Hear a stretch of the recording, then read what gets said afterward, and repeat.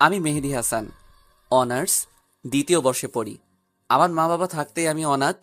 তাদের থেকে অনেক দূরে চলে যাব, যেন আমার মতো একজন কুলাঙ্গার ছেলে তাদের পরিচয় না দেই।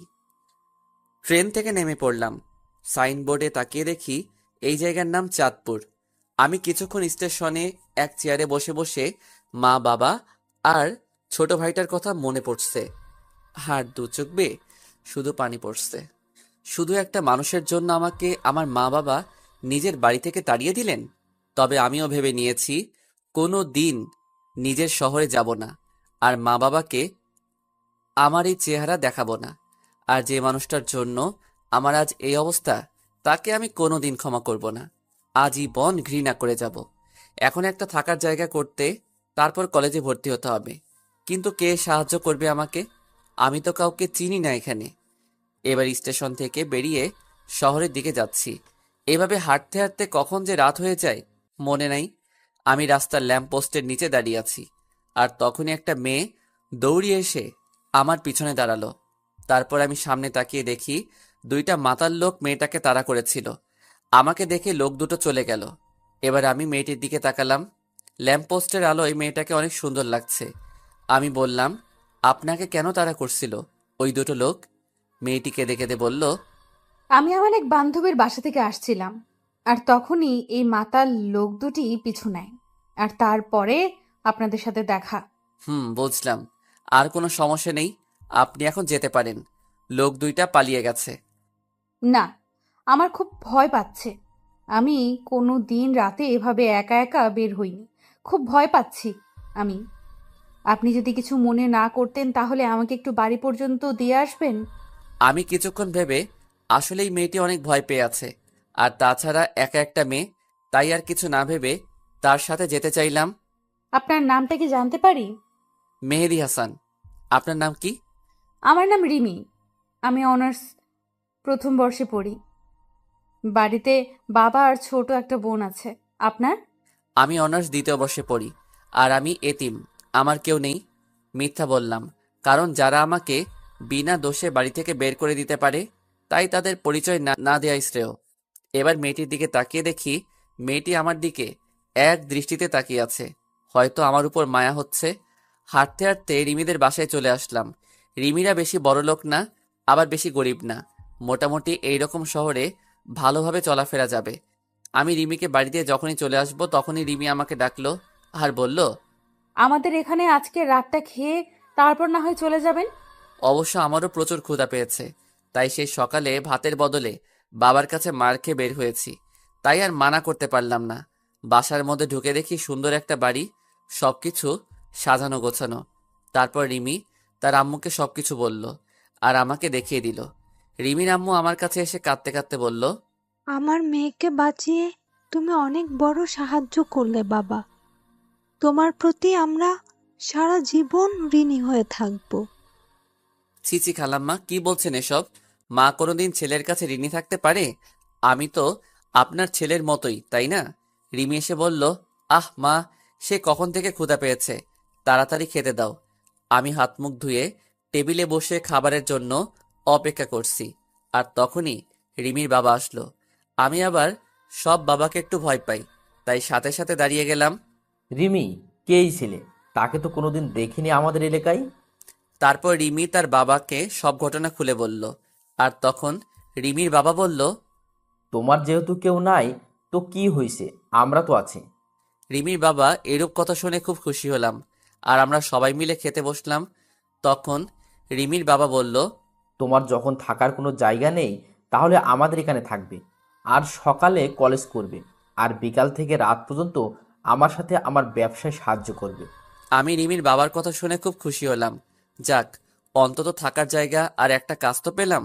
তারপরে রাতের খাবার খেয়ে রিমি আমাকে একটা রুমে নিয়ে গেল। দুজনে মিলে রুমটা একটু গোছালাম। আসলেই রিমি মেয়েটা অনেক সুন্দর আর অনেক ভালো। তবে রিমি আমার দিকে একটু পর পর আর চোখে তাকাচ্ছে, আর মিট মিট করে হাসছে। সকালে উঠে ফ্রেশ হয়ে হালকা নাস্তা করে রিমির সাথে তাদের কলেজে গেলাম। ভর্তির কাজ সব শেষ হলে 3টা ক্লাস করে বাইরে এসে দেখি রিমি আমার জন্য বাইরে দাঁড়িয়ে আছে। কেমন হলো আজকের ক্লাসগুলো? অনেক ভালো, আর কলেজটা অনেক সুন্দর। খুব ভালো লাগছে আমার। তারপর কলেজ থেকে এসে দুপুরের খাবার খেয়ে খালুজানের সাথে তাদের দোকানে গেলাম। খালুর দোকানটা অনেক বড়, তাই আমি খালুর কাজে সাহায্য করলাম। এভাবে চলতে থাকে আমার নতুন জীবন। এখন আমি অনার্স ফাইনাল ইয়ারে, আর রিমি তৃতীয় বর্ষ। রিমির মা বাবা আমাকে অনেক ভালোবাসে, একদম তাদের নিজের ছেলের মতো। আর রিমির ছোট বোনটা তো আমাকে ছাড়া কিছুই বোঝে না, সব সময় ভাইয়া ভাইয়া করে। আমিও তাকে খুব ভালোবাসি। রিমির ছোট বোনের নাম হলো মিনি। তবে রিমির ব্যবহার দেখে আমি খুব অবাক হই। মেয়েটা এত ভালো, আর মাঝে মাঝে রিমির আচরণ দেখে মনে হয় রিমি আমাকে খুব ভালোবাসে। আমার কখন কি লাগবে সবসময় চোখে চোখে রাখবে, কেয়ার করবে, মিষ্টি শাসন করবে। রিমির মিষ্টি শাসন আর কেয়ারগুলো খুব ভালো লাগে। একদিন আমি কলেজে এক মেয়ে বন্ধুর সাথে কথা বলছি, আর সামনে গেটের দিকে যাচ্ছি, আর তখনই দেখি সামনে রিমি, কিন্তু তার চোখ দিয়ে অনবরত পানি বের হচ্ছে। আমি আমার বন্ধুর কাছ থেকে বিদায় নিয়ে যেই রিমির কাছে যাব, তখনই ঠাস, রিমি আমাকে অনেক জোরে একটা থাপ্পড় মারলো। থাপ্পড় মেরে রিমি চলে গেল বাসায়, আর আমি মাথা নিচু করে দাঁড়িয়ে আছি। চোখ দিয়ে দুফোঁটা নোনা জল বেরিয়ে আসলো। আবার সেই পুরনো কথা মনে করে দিল। 2 বছর আগে ঠিক একইভাবে আমাকে চড় মেরেছিল আমার এক খুবই কাছের মানুষ। খুব কষ্ট পেয়েছিলাম তখন। রিমি আমাকে থাপ্পড় মারলো, কিন্তু 2 বছর আগে আমাকে এভাবে থাপ্পড় মেরেছিল, তখন হাজার গুণ কষ্ট পেয়েছিলাম। কলেজের পর আমি আর রিমিদের বাড়ি যাইনি, একটা ট্রেন লাইনে বসেছিলাম। বসে থাকতে থাকতে আজ আর খালুর দোকানে যাওয়া হলো না। রিমি আমাকে থাপ্পড় মেরেছে, এই জন্য আমি কষ্ট পাইনি। রিমি আমাকে থাপ্পড় মেরে আমার পুরনো কথা মনে করিয়ে দিয়েছে, তাই খুব কষ্ট হচ্ছে। তাই বসে আছি আর সিগারেট খাচ্ছি। হঠাৎ করে ফোনটা বেজে উঠল। হাতে নিয়ে দেখি রিমি ফোন দিয়েছে। আমি রিসিভ না করে ফোনটা সাইলেন্ট করে রেখে দিলাম। আবার পুরনো কথা ভাবছি। ভাবতে ভাবতে রাত 10টা বেজে গেল। এবার ফোনটা হাতে নিয়ে দেখি খালুজানের 6বার কল দিয়েছেন। আবার ফোন এসেছে খালুর। আমি রিসিভ করলাম। খালু বলল, মেহেদি, তুমি কোথায়? কত টেনশন হচ্ছে, তুমি তাড়াতাড়ি বাসায় আসো। জি খালু, আসছি। কিছুক্ষণ হাঁটার পর বাড়ি চলে আসলাম। কলিং বেল চাপতেই খালা দরজা খুলে দিল। কোথায় ছিলে তুমি বাবা? সে কখন থেকে বসে আছি। যাও হাত মুখ ধুয়ে আসো। জি খালা, আসছি। তারপর ভিতরে ঢুকতেই মিনি, আমার পিচ্চি বোনটা দৌড়িয়ে এসে আমাকে জড়িয়ে ধরে কান্না করছে আর বলছে, ভাইয়া, কোথায় ছিলে তুমি? জানো আমি কত কান্না করছি তোমার জন্য, আর আপু এখনো কান্না করছে তুমি আসোনি তাই। আর হবে না আমার পাগলি বোনটি, এবারের মতো ক্ষমা করে দাও আমাকে। কিন্তু রিমি কান্না করছে শুনে খুব খারাপ লাগছে। আমি এবার রিমির রুমের দিকে গেলাম, আর রিমি বলে ডাক দিলাম। রিমি আমার দিকে যেই তাকালো, আমি তো ভয় পেয়ে গেলাম। রিমির চোখ লাল ও ফুলে আছে, হয়তো কান্না করে এ অবস্থা হয়েছে। এবার রিমি দৌড়িয়ে এসে আমাকে জড়িয়ে ধরে জোরে জোরে কান্না করে দিল। আমি তো বেশ অবাক হলাম। কোথায় ছিলে তুমি? জানো আমি কত টেনশনে ছিলাম। আমি মনে করেছি তুমি আমাদের ছেড়ে চলে গেছো। তুমি আমায় ছেড়ে কোথাও যাবে না, আগে প্রমিস করো। আমি রিমিকে বুক থেকে সরিয়ে দিয়ে বললাম, কোথায় যাব আমি? তোমরা ছাড়া তো আর কেউ নেই আমার, তাহলে কোথায় যাব বলো আমি? হুম, মনে থাকে যেন। আর যেখানে যাবে আমাকে বলে যাবে। তাহলে আমাকে কলেজে ওইভাবে সবার সামনে থাপ্পড় মারলে কেন? তাহলে তুমি ওই মেয়েটার সাথে অমনভাবে হেসে কথা বলছিলে কেন? তুমি জানো কতটা কষ্ট হয়েছিল? কই হেসে কথা বলছি? আর ও তো আমার ক্লাসমেট, ওর সাথে তো কথা বলতেই পারি। আর ওর সাথে কথা বলেছি তো তোমার কি? আমার কি মানে? আমি তোমাকে ভালোবাসি। আমি নিজের জীবনের থেকেও তোমাকে ভালোবাসি। তোমার সরলতাকে আমি ভালোবেসে ফেলেছি। এবার আমি রিমির থেকে এক ঝাটকায় দূরে সরে আসলাম। কি বলছো এসব তুমি? জানো তুমি কি বলছো? আরে হয় না রিমি, আমি একজন এতিম। তোমার বাবা আমাকে আশ্রয় দিয়েছেন, আমি তার সাথে বিশ্বাসঘাতকতা করতে পারবো না। আর তাছাড়া তোমার বাবা জানতে পারলে আমাকে কোনোদিন ক্ষমা করবেন না। আমাকে তুমি ভুলে যাও। রিমি এবার জোরে জোরে কান্না করতে লাগলো আর বলল, আমি বাবাকে সব বুঝিয়ে বলবো। প্লিজ আমাকে ফিরিয়ে দিও না। প্লিজ রিমি, এমন পাগলামি করো না। আর সবাই বাড়িতে আছে, কেউ শুনে ফেলে দিলে আমায় সবাই ভুল বুঝবে রিমি। আমি আর কথা না বাড়িয়ে যেই রিমি রুম থেকে বাইরে আসবো, তখন দেখি রিমির মা দরজার পিছনে দাঁড়িয়ে আছে। হয়তো সব শুনে ফেলে দিছে। আমি রিমির মার দিকে তাকিয়ে দেখি রিমির মা কান্না করছে। হয়তো রিমির চোখে পানি। রিমির মা সহ্য করতে পারিনি। রিমির মার কাছে গিয়ে বললাম, খালাম্মা, রিমির কোনো দোষ নেই, সব দোষ আমার। ওকে কিছু বলবেন না। আর কাল সকালে আমি এই শহর ছেড়ে চলে যাব। শুধু আজকে রাতটুকু থাকতে দিন। খালাম্মা কিছু বলল না, শুধু চোখ দিয়ে পানি পড়ছে। আমি এই বলে নিজের রুমে চলে আসলাম আর রুমের দরজা বন্ধ করে দিলাম। আর কান্না করতে লাগলাম। আবার সেই 2 বছর আগে পুরনো কথা মনে পড়ে গেল। সেদিনও ঠিক এইভাবে আমাকে একজন জড়িয়ে ধরেছিল আর এই কথাগুলো বলেছিল। তবে সেই কথাটা মিথ্যা কথা আর অভিনয় হতে পারে, এটাই আমার ন্যায্য পাওনা। পুরনো কথা ভাবতে ভাবতে আবার চোখ দিয়ে অনবরত পানি পড়ছে। এভাবেই সারা রাত কাটিয়ে দিলাম। আর এদিকে রিমির মা রাতে ঘটে যাওয়া সব কাহিনী রিমির আব্বুকে বলল। রিমির আব্বু বলল, ছেলেটা বেশ ভালো, খুব সহজ সরল, যেটা বলি সেটাই শুনে, কোনোদিন কথার প্রতিখেলাপ করেনি। আর ছেলেটা ভালো শিক্ষিত, রিমির সাথে ভালো মানাবে। আর মিনিকে একেবারে ছোট বোনের মতো দেখে। তাই ভাবছি কাল সকালে মেহেদির সাথে কথা বলে রিমির সাথে বিয়ের কথাটা সেরে ফেলবো। পরের দিন খুব সকালে উঠে আমি আমার ব্যাগপত্র গুছিয়ে রিমির বাবার জন্য একটা চিঠি লিখে সেটা বিছানার উপর বাড়ি থেকে বেরিয়ে পড়লাম। আবার রেল স্টেশনের দিকে হাঁটতে থাকলাম। আবার কোনো অন্য শহরে চলে যেতে হবে এটা ভেবেই খুব কান্না পাচ্ছে যে রিমি মেয়েটা খুব ভালোবাসে আমায়। আর পাগলি বোনটিকে খুব মিস করব। খালা খালুকে খুব মনে পড়বে। কিন্তু কিছু করার নেই। আমি ট্রেনের জন্য স্টেশনে বসে আছি। ট্রেন আসতে 1 ঘন্টা দেরি হবে। আর এদিকে রিমির মা ঘুম থেকে উঠে রিমির কাছে গিয়ে কাল রাতের কথা সব বলল রিমির কাছে। রিমি তা শুনে প্রায় পাগলের মতো হয়ে গেল খুশিতে, তার মাকে জড়িয়ে ধরল। এবার রিমি দৌড়িয়ে মেহেদি রুমে গেল। আর যখনই দরজায় নক করতে যাবে তখন দেখে দরজা খোলা রয়েছে। রিমি তখন রুমের ভিতর যেয়ে দেখে মেহেদি নেই। আর মেহেদির জামা কাপড়, ব্যাগ ব্যাগ বইপত্র কিছু নেই। তখনই চোখ গেল বিছানার উপর। রিমি চিঠিটা হাতে নিয়ে পড়তে থাকলো। চিঠি পড়া শেষে রিমি চিৎকার দিয়ে আম্মু বলে ডাক দিয়ে বেহুশ হয়ে পড়ে গেল। সাথে মেহেদি রুমে গিয়ে দেখে রিমি বেহুশ হয়ে পড়ে আছে। রিমির মা সাথে সাথে রিমির খাটের উপরে তুলল। রিমির বাবা রিমির হাতে একটা কাগজ দেখলো আর কাগজটা খুলে দেখে একটা চিঠি। রিমির বাবা চিঠি পড়তে লাগলো। শ্রদ্ধেয় খালুজান, প্রথমেই সালাম নিবেন। আশা করি আপনি এতক্ষণে সব জেনে গেছেন। এতে রিমির কোনো দোষ নেই খালুজান। তাই আমি এই শহর থেকে চলে যাচ্ছি। আর কোনোদিন হয়তো দেখা হবে না। তাই এই এতিম ছেলেটাকে ক্ষমা করে দিবেন আর নিজের শরীরের দিকে একটু খেয়াল রাখবেন। এতিম ছেলে। রিমির বাবা চিঠিটা পড়া মাত্র প্রথমে বাস স্ট্যান্ডে গেল খুঁজতে, কিন্তু পেল না। তারপর রেল স্টেশনের দিকে গেল আর তখন দেখলো মেহেদি একটা বেঞ্চের উপরে মাথা নিচু করে বসে আছে। রিমির বাবা মেহেদির কাছে গিয়ে মাথায় হাত বুলালো। আর তখনই মেহেদি উপরে তাকিয়ে দেখে খালুজান। খালু, আপনি এখানে? হুম আমার ছেলেটাকে নিয়ে নিতে এসেছি। কিছুই তো বুঝলাম না। কাল রাতে রিমির মা সব বলেছে আমায়। আর তখন ভাবলাম আমার মেয়ের জন্য এর থেকে ভালো ছেলে কেউ নেই। তাই আমার মেয়ের জামাইকে নিতে এলাম। কিন্তু খালু, আমি একজন এতিম। আর চুপ, আর কোনোদিন নিজেকে এতিম বলবে না। আমরা কেউ না তোমার। তারপর আমি খালুকে জড়িয়ে ধরলাম। তারপর আমি আর খালু বাড়ি চলে আসলাম। এসে দেখি 2 মহারানী আমার উপর রাগ করে আমার সাথে কথা বলছে না।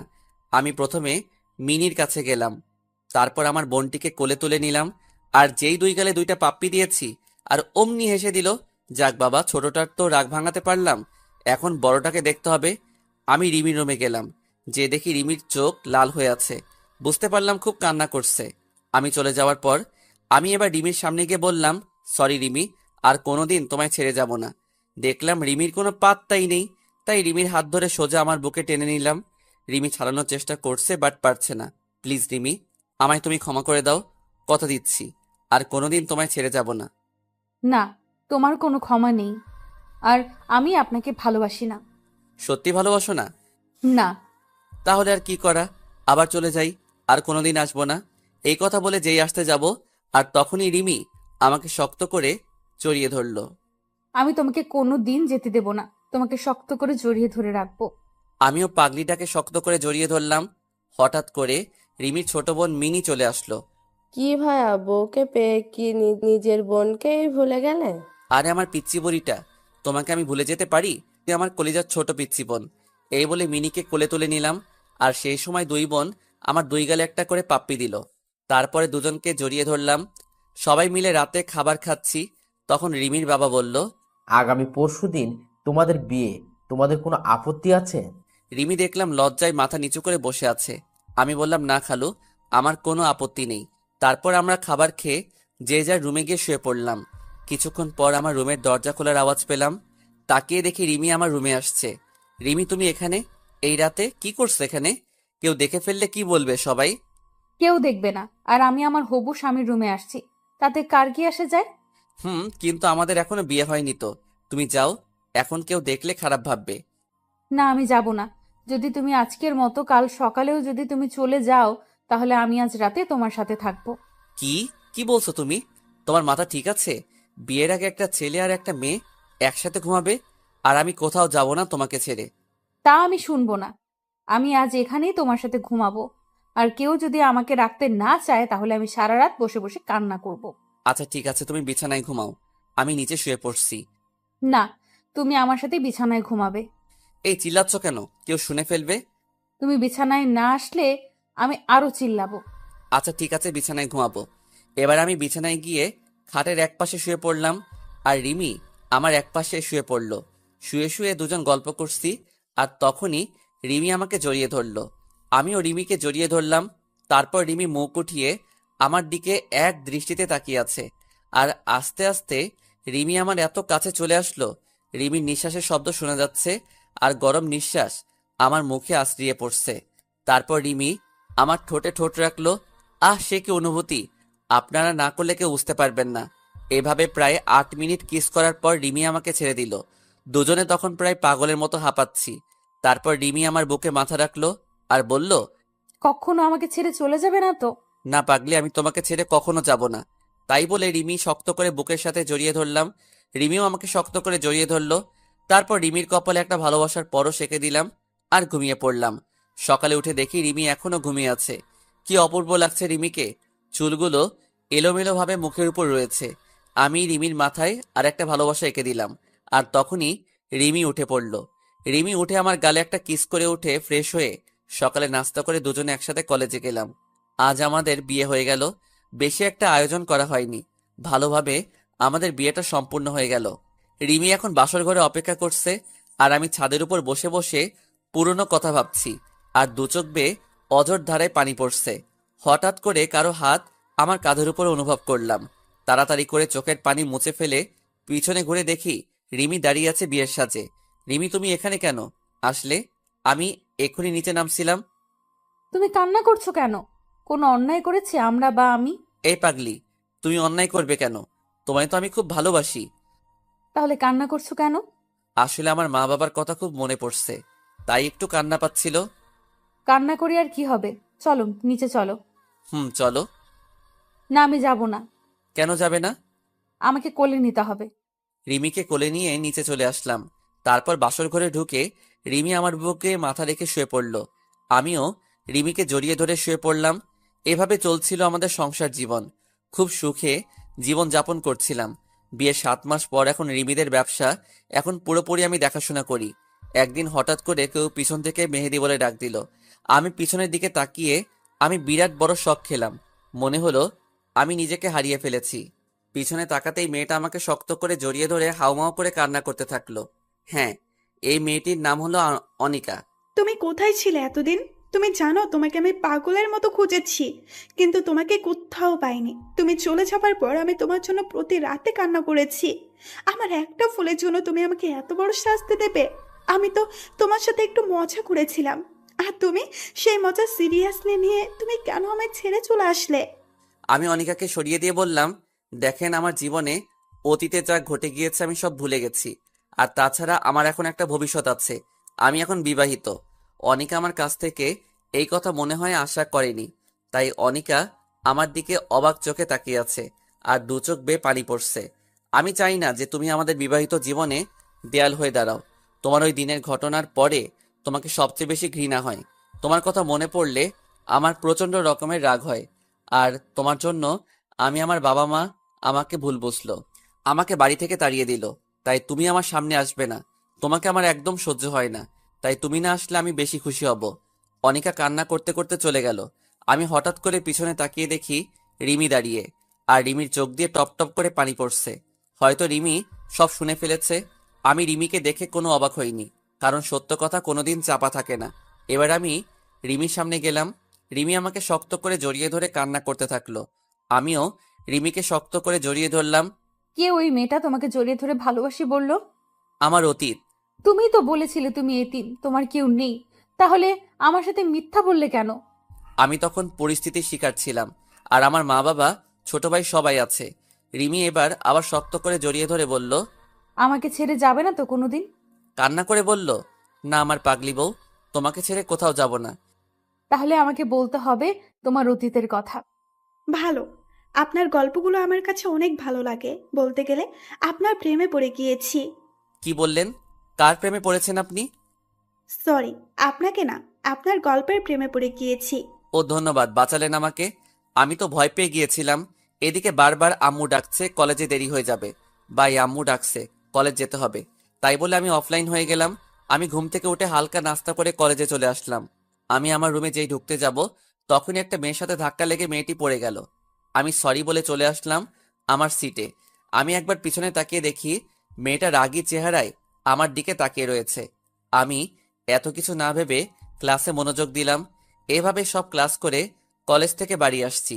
তখনই আমার পিছন থেকে কে যেন শার্টের কলার ধরে টেনে ধরলো। আমি পিছনে ঘুরতেই দেখি সকালে যে মেয়ের সাথে ধাক্কা লাগলো সেই মেয়েটি। ওই, সকালে আমাকে ওভাবে ধাক্কা দিয়ে ফেলে চলে গেলি, আবার আমাকে না তুলে চলে গেলি কেন? সরি বললাম তো তখন, তাহলে আবার কেন আমার কলার ধরলেন?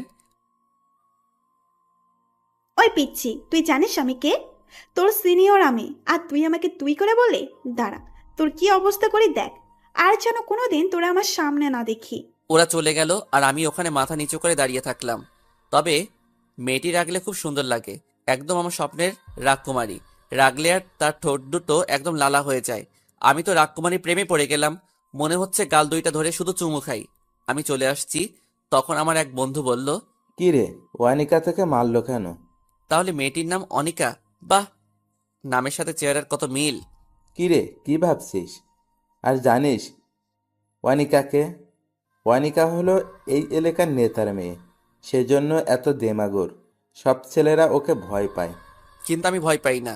দোস্ত, তুই আমাকে নিয়ে চিন্তা করিস না, দেখিস একদিন অনিকা আমার হবে। মানে কি বলতে চাস তুই? আমি তো কিছুই বুঝতে পারছি না।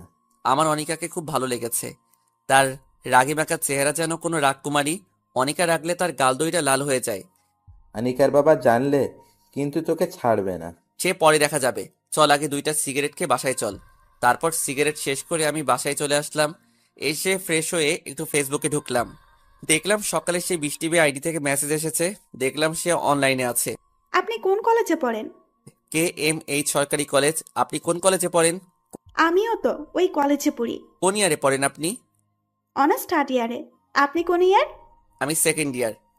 তাহলে কাল 10টায় বড় আম গাছের নিচে আসবেন। আমি আপনাকে দেখব, যে এত সুন্দর গল্প লিখে, তাকে একটু দেখব। ঠিক আসবো, এখন বাই। পরের দিন আমি একটু দেরি করে কলেজে গেলাম। যে দেখি অনিকা সেই আম গাছের নিচে একা দাঁড়িয়ে আছে, আর মনে হয় কারোর জন্য অপেক্ষা করছে। তারপর আমাকে সেই মেয়েটি মেসেজ দিল, লেখক সাহেব কোথায় আপনি? আপনি কোথায় আছেন? আর আমি কলেজে চলে আসছি। আমি আম গাছের নিচে দাঁড়িয়ে আছি। আমি আবার গাছের নিচে তাকালাম, দেখি অনিকা ছাড়া আর কেউ নেই। এবার আমি মনে মনে একটু খুশি হলাম। তাও শিওর হওয়ার জন্য আমি আবার ওকে মেসেজ দিলাম, আপনি কি হলুদ ড্রেস পরে আছেন? হুম, তাহলে আপনি চলে আসেন, আমি আপনাকে দেখব। এবার আমি মনে মনে প্যান্ট ড্যান্স দিচ্ছি। আমি লুঙ্গি পরিনি, তাই প্যান্ট পরে একটু ড্যান্স দিলাম। তখন আমি ভাবলাম, ওকে এভাবে দেখা দেওয়া যাবে না, আমাকে সবার সামনে চর মারা, তাই না? এবার দেখো আমি কি করি ম্যাডাম। আমি আপনার সাথে দেখা করতে পারবো না। কেন পারবেন না? আমি কি কোনো অপরাধ করেছি? আপনার অনেক দোষ আছে। কি অপরাধ বলেন? যদি সত্যি আমি কোনো অপরাধ করে থাকি, তাহলে সেগুলো আমি সব শুধরিয়ে নিব। তুমি তোমার বাবার পাওয়ার কলেজে দেখাতে পারবে না, আর সবার সাথে ভালো ব্যবহার করতে হবে। আর গতকাল যাকে কলেজ শেষে চর মারছো তাকে সরি বলতে হবে, আর তার ফ্রেন্ডশিপ করতে হবে। যদি এসব কথা মানতে পারো তাহলে আমার সাথে তুমি দেখা করতে পারবে। আমি রাজি, আমি সব করতে পারবো। তারপর আমি ক্লাসরুমে যাচ্ছি, তখন অনিকা আমার সামনে আসলো। কাল তোকে চর মারার জন্য সরি। আর আমরা কি ফ্রেন্ড হতে পারি? এবার আমি না করে দিলাম, অনিকাকে একটু ভোগাতে হবে। আমিও কম কিসের, আমাকে চর মারা, তাই না? এবার দেখবে কত ধানে কত চাল। কেন করব না আমার সাথে বন্ধু? আরে আমি বললাম তো, কালকের জন্য সরি। আমি আপনার সাথে বন্ধুত্ব করব না। আপনি একটু ভালো না, সবসময় ছেলেদের সাথে খারাপ ব্যবহার করেন। যদি আবার আমার সাথে করেন? আমি বললাম তো সরি। আর কালকে আমার মাথা ঠিক ছিল না, একটু রাগ করে বাসা থেকে বের হয়েছিলাম, তাই তোকে ওই চটটা মারছিলাম। ও, তাহলে ওনের উপর রাগ আমার উপর ঝাড়লেন? আমি আসলেই সরি। আর কোনোদিন তোকে কেন আর কোনো ছেলেকে মারবো না। এবার তো আমার সাথে বন্ধুত্ব কর। ওকে বন্ধ করতে পারি, কিন্তু আমার একটা শর্ত আছে। কি সত্য বল। আমি যা বলবো তাই শুনতে হবে। আর এইসব ছেলেদের কাপড় পরা যাবে না। আর সবার সাথে ভালো আচরণ করতে হবে। ওই পিচ্ছি, তুই আমার হুকুম করার কে? আর আমি তোর কথা মানতে পারবো না। ওকে, তাহলে আমিও তোমার সাথে বন্ধুত্ব করতে পারবো না। আচ্ছা, তোর সত্ত্বে আমি রাজি। আচ্ছা, আমি এখন ক্লাসরুমে যাই। আর হ্যাঁ, আর একটা কথা, কলেজ শেষে আমার জন্য দাঁড়িয়ে থাকবা, একটা কাজ আছে। তাই বলে আমি ক্লাসরুমে চলে আসলাম। আসলে অনেকে জানে না যে ফেসবুকের মেহেদী হাসান আর আমি একই মানুষ। আসলে কোনোদিন পিক দেইনি তো, তাই চিনতে পারিনি। এসে দেখি স্যার এখনো ক্লাসে আসেনি। তাই একটু ফেসবুকে ঢুকলাম। ফেসবুকে ঢুকে দেখি অনিকা মেসেজ দিয়েছে আর অ্যাক্টিভও আছে। তুমি যা বলছো আমি তাই করেছি। আমি ওই ছেলেটার সাথে বন্ধুত্ব করেছি। এবার তো তুমি আমার সাথে দেখা করো। আমি বলেছি তো, আমার যখন সময় হবে তখন আমি নিজেই তোমার সাথে দেখা করব। তোমাকে যে কাজটুকু করতে দেওয়া হয়েছে সেইটুকু আগে করো। তাই বলে আমি অফলাইন হয়ে গেলাম আর ক্লাসে মনোযোগ দিলাম। ক্লাস শেষে আমি বাইরে এসে দেখি অনিকা একা একা সেই বড় আম গাছটার নিচে দাঁড়িয়ে আছে। আমি অনিকার কাছে গিয়ে বললাম, চলো আজ দুজন মিলে ঘুরতে যাব আর ভালো একটা রেস্টুরেন্টে দুপুরে খাবার খাবো। অনিকা আমার কথা শুনে সোজা আমার কলার ধরে বলল, কি বললি তুই? আমি তোর সাথে ঘুরতে যাব? তুই ভাবলি কি করে? ঘুরতে না গেলে বন্ধুত্ব আমি করব না তোমার সাথে। তারপর অনিকা কিছুক্ষণ ভেবে বলল, ওকে আমি রাজি। তারপর আমি আর অনিকা একটা রিকশায় উঠে চলে আসলাম একটা নদীর তীরে। রিকশায় আসার সময় অনিকা আমার সাথে একটা কথাও বলেনি। তারপর আমরা একটা নদীর তীরে চলে আসলাম। অনিকা নদীর তীরে দাঁড়িয়ে আছে আর অনিকার চুলগুলো বাতাসে এলোমেলো ভাবে উড়ে বেড়াচ্ছে। আর অনিকা সেই চুলগুলো কানের কাছে নিয়ে এসে বারবার চুল ঠিক করতে ব্যস্ত হয়ে পড়ছে। আহ, অনিকাকে কি সুন্দর লাগছে! মনে হচ্ছে আমি পিছন থেকে আলতো করে জড়িয়ে ধরে হাজারবার আমি তোমাকে ভালোবাসি বলতে ইচ্ছে করছে, কিন্তু ইচ্ছা থাকলে উপায় নেই। অনিকা বলল, ওই, তোর নাম কি? আমার নাম মেহেদী হাসান। তারপর অনিকা আমার দিকে কেমন দৃষ্টিতে তাকিয়ে রইল। তারপর আরেকটু ঘোরাঘুরি করে চলে আসলাম একটা রেস্টুরেন্টে গিয়ে। তারপর কিছু খাবার খেয়ে যে যার বাড়ি চলে আসলাম। বাড়ি এসে ফ্রেশ হয়ে বিকালে বন্ধুদের সাথে একটু আড্ডা দিচ্ছি আর সিগারেট টানছি। আসলে আমি একটু একটু সিগারেট টানি। আর রাতের খাবার খেয়ে শুয়ে শুয়ে ফেবুতে লগ ইন করে অনিকার সাথে কিছু কথা বলে ঘুমিয়ে পড়লাম। পরের দিন সকালে ঘুম থেকে উঠে ফ্রেশ হয়ে কলেজে চলে আসলাম। কলেজে এসে দেখি অনিকা এখনো আসেনি, তাই একটু বন্ধুদের সাথে আড্ডা দিচ্ছি। তখনই অনিকা আসলো। অনিকাকে আজকাল ড্রেস পরে অনেক সুন্দর লাগছে, মনে হচ্ছে আমার স্বপ্নের রাজকুমারী। তারপরে অনিকা তার বান্ধবীদের কাছে গেল আর মোবাইলের দিকে তাকিয়ে আছে। মনে হয় ফেবুতে অ্যাক্টিভ আছে। তাই আমিও ফেবুতে লগ ইন করলাম আর মেসেজ দিলাম, আজ তোমাকে অনেক সুন্দর লাগছে। এমনভাবে কলেজে আসলে তো আমি তোমার প্রেমে পড়ে যাব। আর তুমি চোখে কাজল দাওনি কেন? এর পরের বার যেন দুই চোখে কাজল পড়তে ভুল না হয়। এবার দেখি অনিকা আশেপাশে হয়রানি হয়ে আমাকে খুঁজছে, কিন্তু পাচ্ছে না। তখন আবার অনিকা মেসেজ দিল, কোথায় তুমি? প্লিজ একবার আমার সামনে আসো। তোমাকে দেখতে খুব ইচ্ছে করছে। আমাকে খুঁজে লাভ নেই, আর আমি সময় হলে তোমাকে দেখা দেব। এই বলে আমি অফলাইন হয়ে গেলাম আর আমি অনিকার সামনে গেলাম। আমি যাওয়াতে অনিকা কিছুটা বিরক্ত হলো মনে হলো। তারপর কিছু কথা বলে আমি চলে আসলাম আমার ক্লাসরুমে। ক্লাস 3টে শেষ হওয়ার পর স্যার একটু আসতে লেট হচ্ছে বলে আমরা সবাই বসে আড্ডা দিচ্ছি। তখন দেখি অনিকা আর তার বেশ কয়েকটা বান্ধবী আসলো আমাদের রুমে। আর সবার উদ্দেশ্য বলল, এখানে মেহেদী হাসান বলে কেউ আছে? সবাই বলল, না চিনি না। আসলে আমার কলেজে অন্য নাম দেয়া আছে, তাই সবাই সেই নামেই চেনে। আর মেহেদী হাসান এই নামটি আমার কয়েকটা বন্ধু ছাড়া কেউ জানে না। তারপর অনিকা মোবাইলটা বের করে আমার আইডিটা বের করে বলল, এই আইডিটা কে চিনো? এই আইডিটা মেহেদী হাসানের। আর মেহেদী হাসান আমাদের কলেজে পড়ে। কেউ জানতে পারলে আমাকে জানাবে। আর তখনই আমাদের ক্লাসে সেরা সুন্দরী বলল, এই মেহেদী হাসান আমাদের কলেজে পড়ে? আমি তো ভাবতেই পারছি না। আমি মেহেদী হাসানের বিরাট বড় একটা ফ্যান।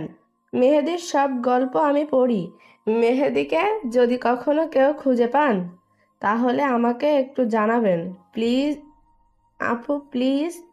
আমি তো অবাক। আজ আমি যদি আমার প্রোফাইলে যদি আমার নিজের পিক দিতাম, তাহলে অন্তত আজ সিঙ্গেল থাকতে হতো না। এখন নিজের কপালে নিজে চড় মারতে ইচ্ছে করছে। তারপর কলেজ শেষে আমি বাড়ি এসে ফ্রেশ হয়ে দুপুরের খাবার খেয়ে একটা ঘুম দিয়ে বিকালে বন্ধুদের সাথে আড্ডা দিতে গেলাম। আড্ডা দিয়ে এসে রাতের খাবার খেয়ে রুমে গিয়ে ফেবুতে লগ ইন করলাম। তখন দেখি অনিকা অ্যাক্টিভ রয়েছে। আমি অনিকাকে মেসেজ দিলাম, তুমি আমাকে ওভাবে প্রতিটা ক্লাসে খুঁজছিলে কেন? তুমি ভালো করে জানো আমাকে তুমি পাবে না। তোমাকে দেখতে খুব ইচ্ছে করছিল, তাই নিজেকে আর সামলাতে পারিনি। আর যেন কোনোদিন তোমাকে এভাবে আমাকে খুঁজতে না দেখি। আমার সময় হলে আমি নিজেই তোমার সাথে দেখা করে নেব। আর কিছু না বলে চ্যাট অফ করে ঘুমিয়ে পড়লাম। এভাবে আমার আর অনিকার মেসেঞ্জারে নিয়মিত কথা হয়। অনিকা আমাকে অনেক কেয়ার করে, অনেক শাসন করে। অনিকা মনে হয় আমাকে ভালোবাসে। অনিকার কথাতে অনেক বুঝতে পারি যে অনিকা আমাকে ভালোবাসে। আর এদিকে অনিকার সাথে আমার ভালোই বন্ধুত্ব তৈরি হয়েছে। আমাকে দেখে আর বিরক্ত হয় না। আজ কলেজ শেষে বিকালে বন্ধুদের সাথে আড্ডা দিতে গেছি। আর আমার এক বন্ধুর সাথে কোনো একটা বিষয় নিয়ে অনেক কথা কাটাকাটি হয়। তাই আমি রাগ করে বাড়ি চলে আসলাম। এসে কিছুই ভালো লাগছে না, তাই ঘুমিয়ে পড়লাম। আজ আর অনিকার সাথে কথা হলো না। এভাবে 2 দিন আমি কলেজে যাইনি, আর ফেবুতে লগ ইন করিনি। আজ 2 দিন পর আমি কলেজে যাচ্ছি। কলেজের গেট দিয়ে ঢুকতে যাব, তখনই দেখি অনিকা গেটের কাছে দাঁড়িয়ে আছে।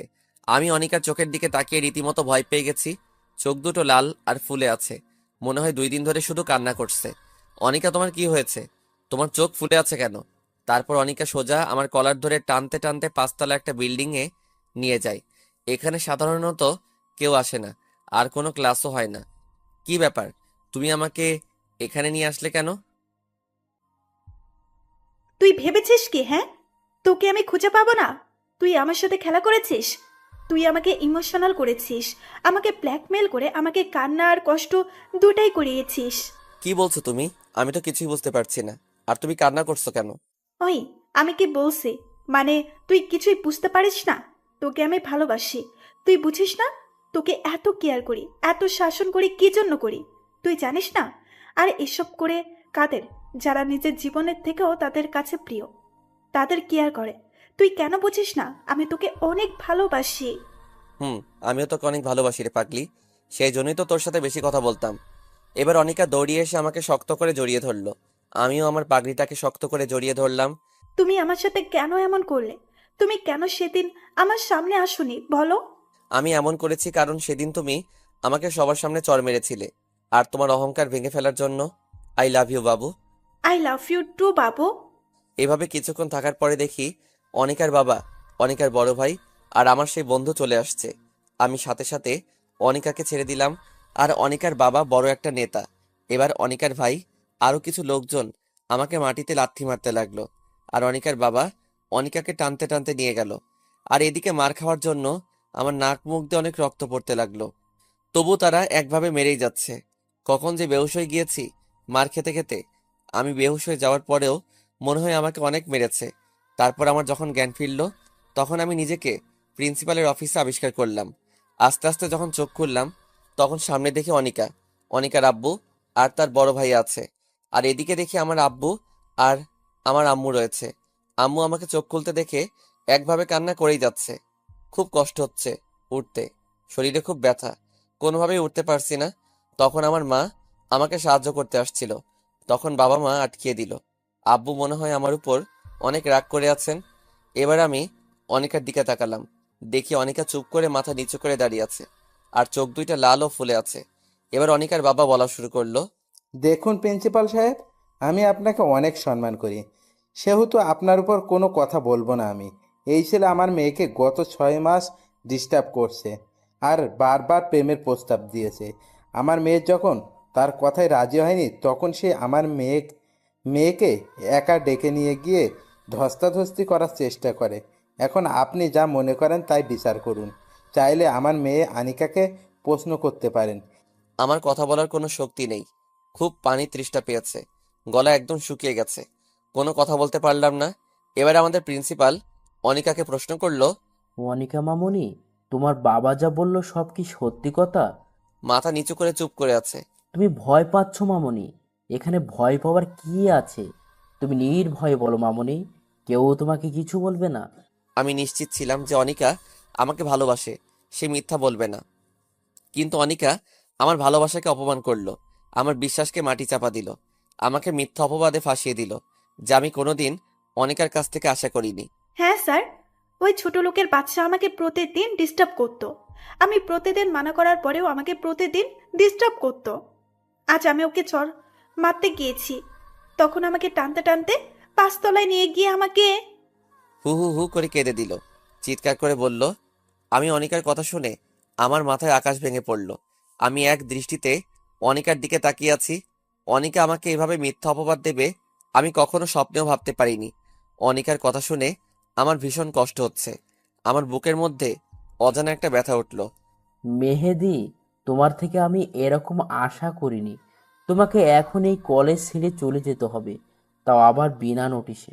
আমি স্যারের কথা খুব বেশি একটা কষ্ট পাইনি, যতটুকু কষ্ট অনিকার আচরণে পেয়েছি। আমার বাবা মা কোনো কথা বলেনি, মাথা নিচু করে দাঁড়িয়ে আছে, আর আমার মা কান্না করেই যাচ্ছে। বাবা মা আমাকে রেখে তারা বাড়ি চলে আসলো, আর অনিকাকে তার বাবা আর ভাই নিয়ে গেল। অনিকা আমার দিকে অবাক দৃষ্টিতে তাকিয়ে আছে, কিন্তু তার এইভাবে তাকানো দেখে অনিকার প্রতি আমার প্রচন্ড ঘৃণা হতে লাগলো। হ্যাঁ, এই মেয়েকে আমি সবচেয়ে বেশি ঘৃণা করি। সে আমাকে এভাবে ঠকাতে পারলো, কিভাবে পারলো এই কাজটা অনিকা? আমি আবার কান্না শুরু করে দিলাম। তখন আমার বেস্ট ফ্রেন্ড এসে আমাকে ধরে উঠালো, কিন্তু আমার উঠার শক্তিটুকু নেই। প্রচন্ড কষ্ট হচ্ছে উঠতে। তারপর রাজু আর আমার আর একটা বন্ধু আমার বাড়ি নিয়ে এলো। বাড়ি আসতেই বাবার হুঙ্কার শুনতে পেলাম। এই জানোয়ারটাকে কেন নিয়ে এসেছিস? এই হারামির বাচ্চাটার কোনো জায়গা নেই আমার বাড়িতে। আজ তোর জন্য আমার মান সম্মান শেষ করে দিয়েছিস। তোর জন্য এই প্রথম আমার মাথা নিচু হয়েছে। তোকে আমার ছেলে হিসেবে পরিচয় দিতে ঘৃণা হচ্ছে। তোর এই বাড়ি কোনো জায়গা নেই। তুই বেরিয়ে যা আমার বাড়ি থেকে। আজ থেকে আমার কোনো ছেলে নেই। তুই বেরিয়ে যা আমার বাড়ি থেকে। মা কয়েকবার বাবাকে বোঝানোর চেষ্টা করছে, কিন্তু লাভ হলো না। আমার মাকে শেষবারের মতো কথা বলতে দিল না। আমি কান্না করতে করতে চলে আসলাম বন্ধুদের সাথে বন্ধুর বাড়ি। আমি যদি সুস্থ থাকতাম তাহলে আমার বাবাও মনে হয় মারতো, কিন্তু আমার এই অবস্থা দেখে হয়তো আমাকে আর মারিনি। আজ থেকে আমি এতিম হয়ে গেলাম। কেউ নেই আমার এই পৃথিবীতে। সবাই আমাকে ভুল বুঝে অবহেলা করলো।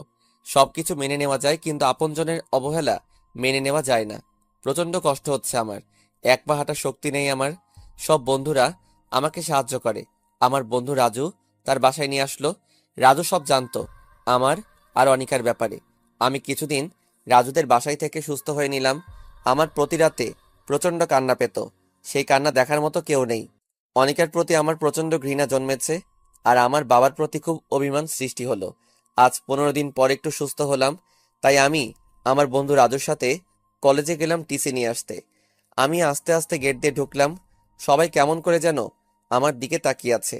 একটু সামনে যেতে দেখি অনিকা আমার সামনে দাঁড়িয়ে আছে। আমার তখন রাগটা চরমে উঠে গেল। আমি রাগটাকে কন্ট্রোল করে পাশ কাটিয়ে চলে আসতে যাব, তখনই অনিকা আমার পিছনে থেকে জড়িয়ে ধরলো। এক ঝাটকে অনিকাকে সরিয়ে দিলাম। মেহেদি, আমার কথাটা শোনো প্লিজ। সেখানে আমার কোনো চুপ! আর একটা কথা বলবে না। তোমায় নিজের থেকেও বেশি ভালোবাসতাম। সেদিন তোমার বলা কথাগুলো শুনে আমি প্রায় মৃত হয়ে গেছি। তোমার জন্য আমার মা বাবা আমাকে ভুল বুঝে বাসা থেকে বের করে দিয়েছে। তোমার জন্য আমার বাবা মার সম্মান নষ্ট হয়েছে। কি চাও তুমি বলো? এই ছোট লোকের বাচ্চাটার মৃত্যু চাও তুমি? ওকে, মরে যাব আমি।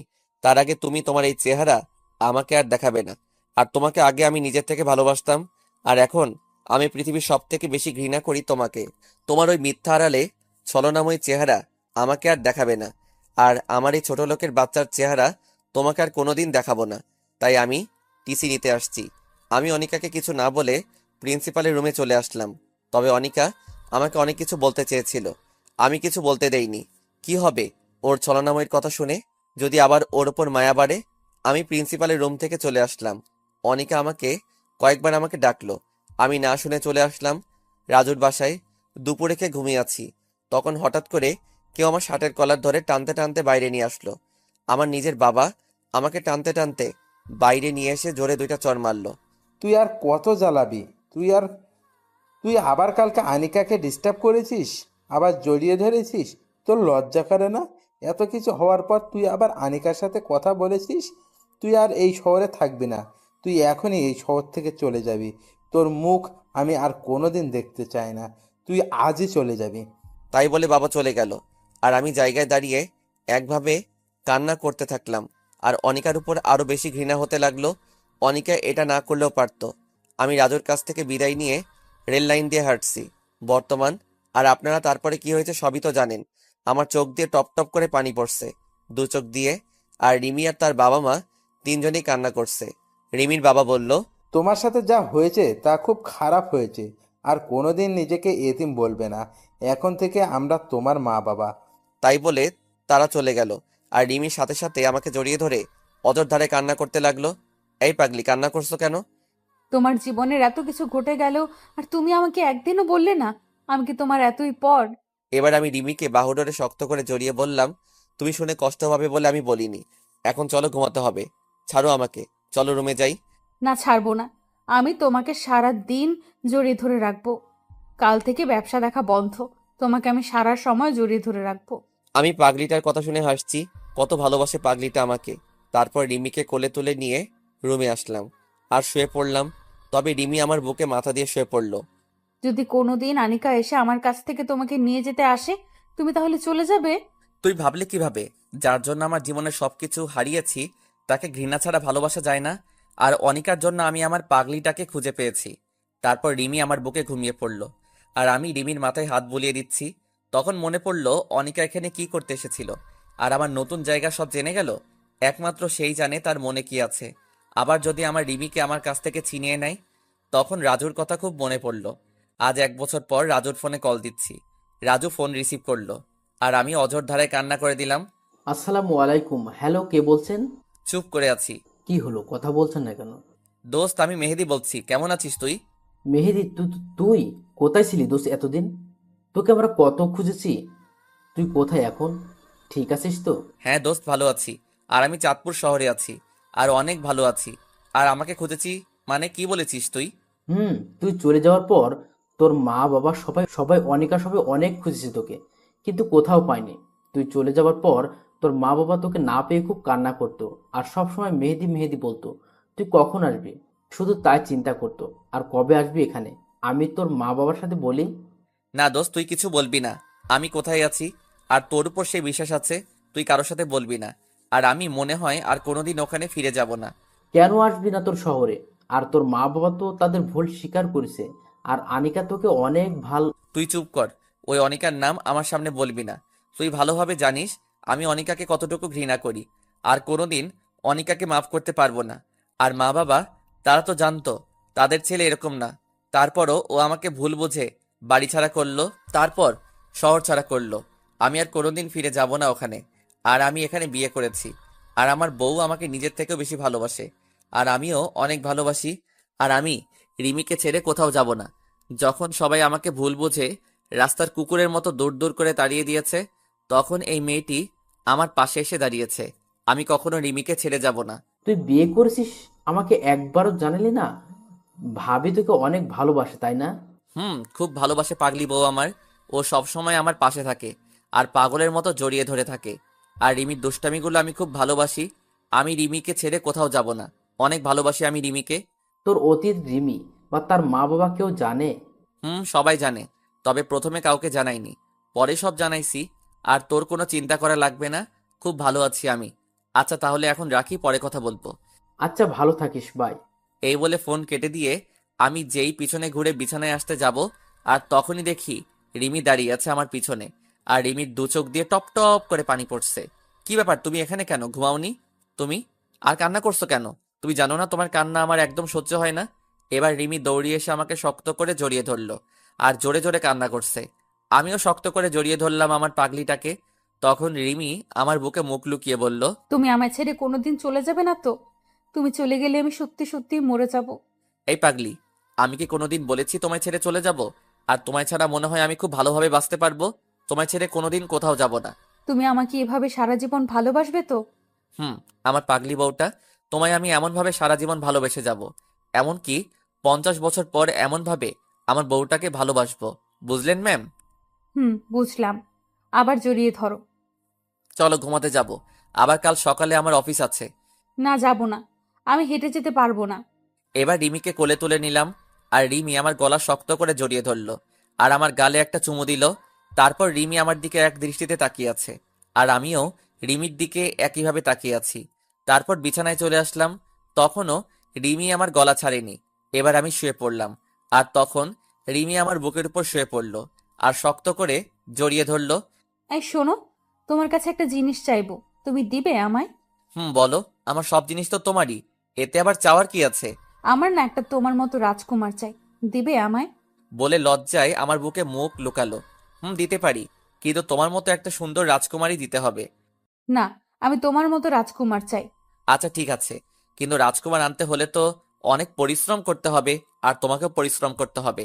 যা দুষ্টু, আমার বুঝি লজ্জা করে না? আবার আমার বুকে মুখ লুকালো। আমি বুঝি না একটা মেয়ে এত লজ্জা পায়। তারপর লাইট অফ করে দিয়ে এক অজানা সুখে দুই নরনারী ব্যস্ত হয়ে গেল।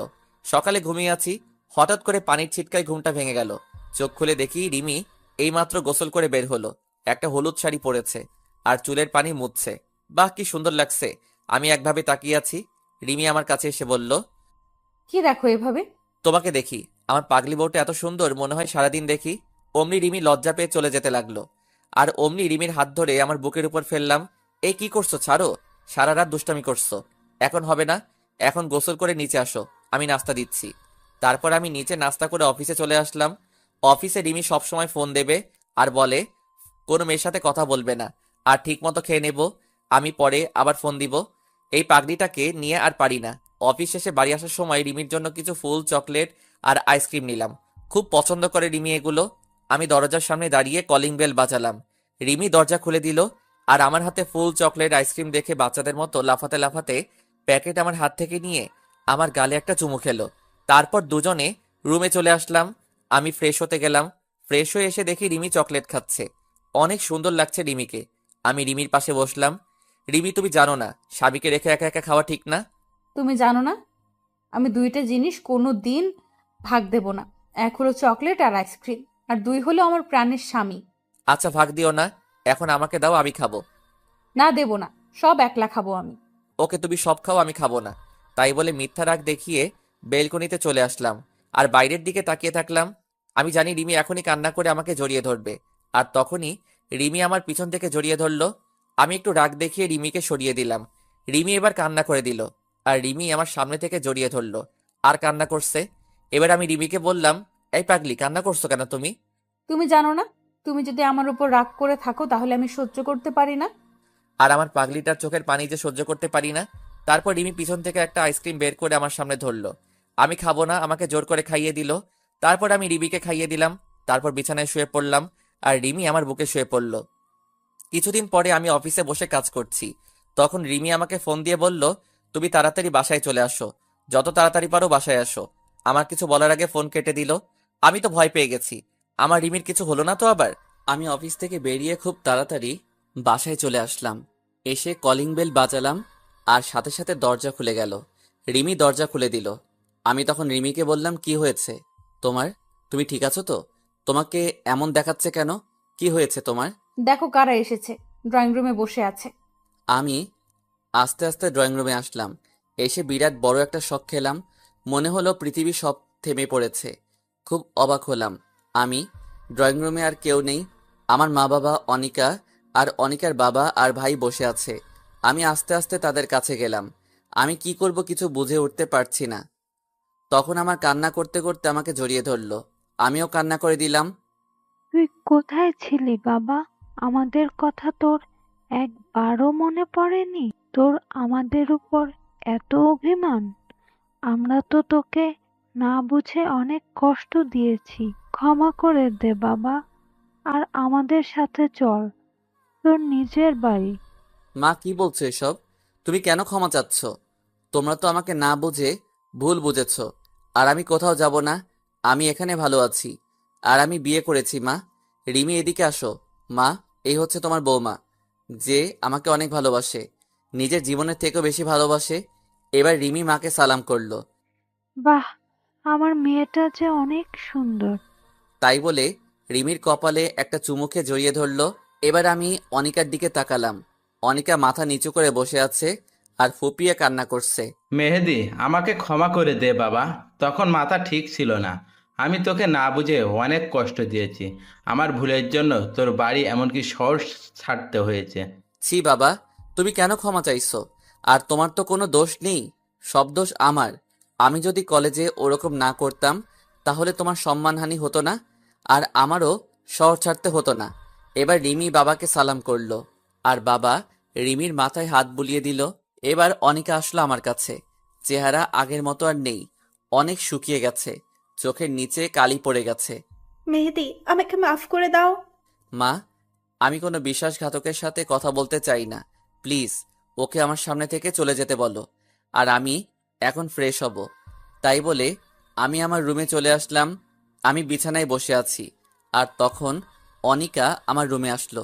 আর তখনই আমার ভীষণ রাগ হলো। আমি মুখে বিরক্তির ছাপ নিয়ে চলে আসতে যাব, আর তখনই অনিকা আমার হাত ধরে থামিয়ে দিল। আমি অনিকার দিকে ঘুরতে অনিকা আমার পা ধরে ফেললো আর বলতে লাগলো, মেহেদি, আমাকে মাফ করে দাও প্লিজ। আমি সেদিন তোমাকে বাঁচাতে গিয়ে আমি সেদিন সবার সামনে মিথ্যে বলছি। আমার বাবা আমাকে বলেছিল আমি যদি ওই কথা না বলতাম তাহলে তোমাকে আমার ভাইয়া তোমাকে মেরে ফেলতো। তাই আমি সেদিন মিথ্যে বলছি। আর তুমি চলে আসার পর আমি তোমায় অনেক খুঁজেছি। তোমার জন্য প্রতি রাতে আমি কান্না করেছি। তোমার কথা ভেবে আমি ঠিক মতো ঘুমাতে পারিনি। তুমি চলে যাওয়াতে আমি একেবারে কলেজ যাওয়া বাদ দিয়ে দিছি। যেখানে তুমি নেই সেখানে আমি কিভাবে থাকি বলো? আমি তোমাকে ক্ষমা করতে পারবো না। তোমাকে আমি ঘৃণা করি। তোমার সাথেও কথা বলতে আমার ঘৃণা হচ্ছে। আমি তোমার চেহারাও দেখতে চাই না। আর তুমি কোনোদিন আমার সামনে আসবে না। আর আমার আর রিমির মধ্যে যেন না দেখি। আমি কোনো বিশ্বাসঘাতকের জন্য আমি রিমিকে হারাতে চাই না। আমি যতটুকু রিমিকে ভালোবাসি তার থেকে 1000 গুণ বেশি তোমাকে ঘৃণা করি। আমি তাই বলে চলে আসতে যাব, তখন দেখি রিমি দরজার কাছে দাঁড়িয়ে সব শুনছে আর ফুপিয়ে কান্না করছে। আমি রিমির কাছে যাওয়া মাত্র রিমি বলল, আমি একটা কথা বলবো, রাখবে আমার কথা? বলো কি কথা? আমি কি কোনোদিন তোমার কথা অমান্য করেছি? আনিকা আপু তোমাকে খুব ভালোবাসে। তুমি আনিকা আপুকে বিয়ে করে নাও। আমি কিচ্ছু মনে করব না। আর আমি দূরে কোথাও হারিয়ে যাব। আমি রিমিকে জোরে একটা চড় মারলাম। তুমি ভাবলে কি করে আমি তোমাকে রেখে আমি এই বিশ্বাসঘাতককে বিয়ে করব? আর তুমি কিভাবে এই কথাটা বললে? তুমি জানো না আমি তোমায় কতটা ভালোবাসি। আর আমায় ছাড়া তুমি থাকতে পারবে? আমার বুকে মাথা না দিয়ে ঘুমালে তোমার ঘুম আসবে? আর তোমায় ছাড়া আমি কোনোদিন ভালো থাকবো না। তোমায় আমি পাগলের মতো ভালোবাসি। কান্না করে জড়িয়ে ধরলাম। তারপর রিমিও আমাকে শক্ত করে জড়িয়ে ধরলো। আমিও তোমাকে অনেক ভালোবাসি। তোমায় ছাড়া আমি বাঁচতে পারবো না। তোমায় ছাড়া আমি ঘুমাতে পারবো না। আমাকে ছেড়ে চলে যেও না। তুমি চলে গেলে আমি আর বেঁচে থেকে কি হবে বলো? না পাগলি বউ আমার, তোমায় ছেড়ে কোনোদিন যাব না। অনিকা সব দেখছিল, আমার আর রিমির ভালোবাসা। তারপর অনিকা কান্না করতে করতে বাইরে চলে গেল। তারপর আমি আর রিমি ড্রয়িং রুমে আসলাম। আমি আসার সাথে সাথে অনিকার ভাই আমার দিকে এগিয়ে আসলো। মেহেদি, উপরে কি হলো জানি না, কিন্তু আনিকা কান্না করতে করতে চলে গেল। আগে যা হয়েছে সব ভুলে যাও আর আমাদের সবাইকে ক্ষমা করে দাও। সেদিন তোমার একটা বন্ধু আছে, তার কথা শুনে আমরা তোমাকে ভুল বুঝেছি। প্লিজ তুমি আনিকাকে মাফ করে দাও আর আমাদের সাথে চলো। আমি কোনোদিন আপনাকে বা আপনাদের কাউকে ক্ষমা করব না। আপনাদের জন্য আমার বাবার সম্মানহানি হয়েছে। আপনাদের জন্য আমি নিজের বাড়ি, এমনকি নিজের শহর ছাড়তে হয়েছে। তুমি চলে যাবার পর আনিকা সব সময় কান্না করত। কলেজ যাওয়া বন্ধ করে দিছে, এমনকি ঠিকমতো খায় না, সব সময় নিজেকে একটা রুমে বন্দি রাখে। প্লিজ, আমি আর কাউকে বিশ্বাস করতে পারবো না। আর এই যে আমার বউ, সে আমাকে অনেক ভালোবাসে। আপনার বোনের মতো বিশ্বাসঘাতক না। আমি যখন এই শহরে নতুন এসেছি তখন না ছিল থাকার জায়গা আর না ছিল খাওয়ার মতো টাকা। তখন এই রিমি আমাকে আশ্রয় দিয়ে পড়াশোনা করিয়ে আমি এখন চাকরি করি। আর আমি রিমিকে বিয়ে করি। তাই আপনারা আর কোনোদিন এই বাড়িতে আসবেন না। চলে যান এক্ষুনি। এরপর তারা সবাই চলে গেল। এবার আমি আমার মা বাবার কাছে গেলাম। মা বাবা, তোমরা যেখানে থাকো, কতদিন তোমাদের সাথে দেখা হয়নি, কতদিন একসাথে খাবার খাইনি। মা বাবা আর জোর করলো না, সবাই একসাথে অনেক গল্প করলাম। মা তো রিমিকে পেয়ে মনে হচ্ছে নিজের হারানো মেয়েকে ফিরে পেয়েছে। তারপর সবাই একসাথে রাতের খাবার খেয়ে মা বাবার বিছানায় পেতে দিল অন্য রুমে। তারপর যে যার রুমে গিয়ে শুয়ে পড়লাম। প্রতিদিনের মতো রিমি আমার বুকে মাথা দিয়ে শুয়ে আছে, কিন্তু কোনো কথা বলছে না। চুপচাপ শক্ত করে জড়িয়ে ধরে শুয়ে আছে। আমার কেমন খটকা লাগলো। এই রিমি, তুমি কথা বলছো না কেন? কি হয়েছে তোমার? এবার রিমির দিকে তাকিয়ে দেখি রিমি কান্না করছে। এই পাগলি, কান্না করছো কেন তুমি? কি হয়েছে তোমার? খুব ভয় হচ্ছে আমার। কেন ভয় পাচ্ছ?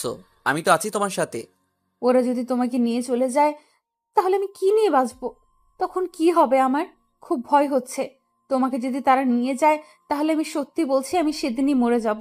চুপ পাগলি। আমার এ কথা বলে না। আমি কোথাও যাব না। আর আমি তোমায় ছাড়া আমিও বেঁচে থাকতে পারবো না। তারপর রিমির কপালে একটা ভালোবাসার পরশ এঁকে দিলাম, আর রিমি আমাকে শক্ত করে জড়িয়ে ধরে শুয়ে পড়ল। হঠাৎ কারো কান্নার শব্দে কারণে ঘুম ভেঙে গেল। আমি তাড়াতাড়ি উঠে দেখি রিমি আমার পাশে বসে কান্না করছে। কি হয়েছে, তুমি আবার কান্না করছো কেন? তুমি আমাকে আর আগের মতো ভালোবাসো না, আমাকে আর ভালো লাগে না, তাই না? কি বলছো এসব? আমি তো কিছুই বুঝতে পারছি না। আর তোমাকে ভালোবাসবো না তো কাকে ভালোবাসবো?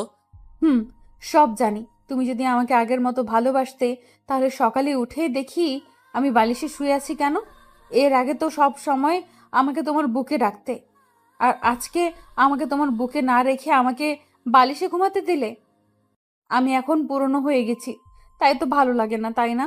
ওলে আমার বাবুটা বুঝি রাগ করেছে? আমি খেয়াল করিনি তো, আমি ঘুমিয়েছিলাম তাই টের পাইনি। আসো বাবু, আমার বুকে আসো।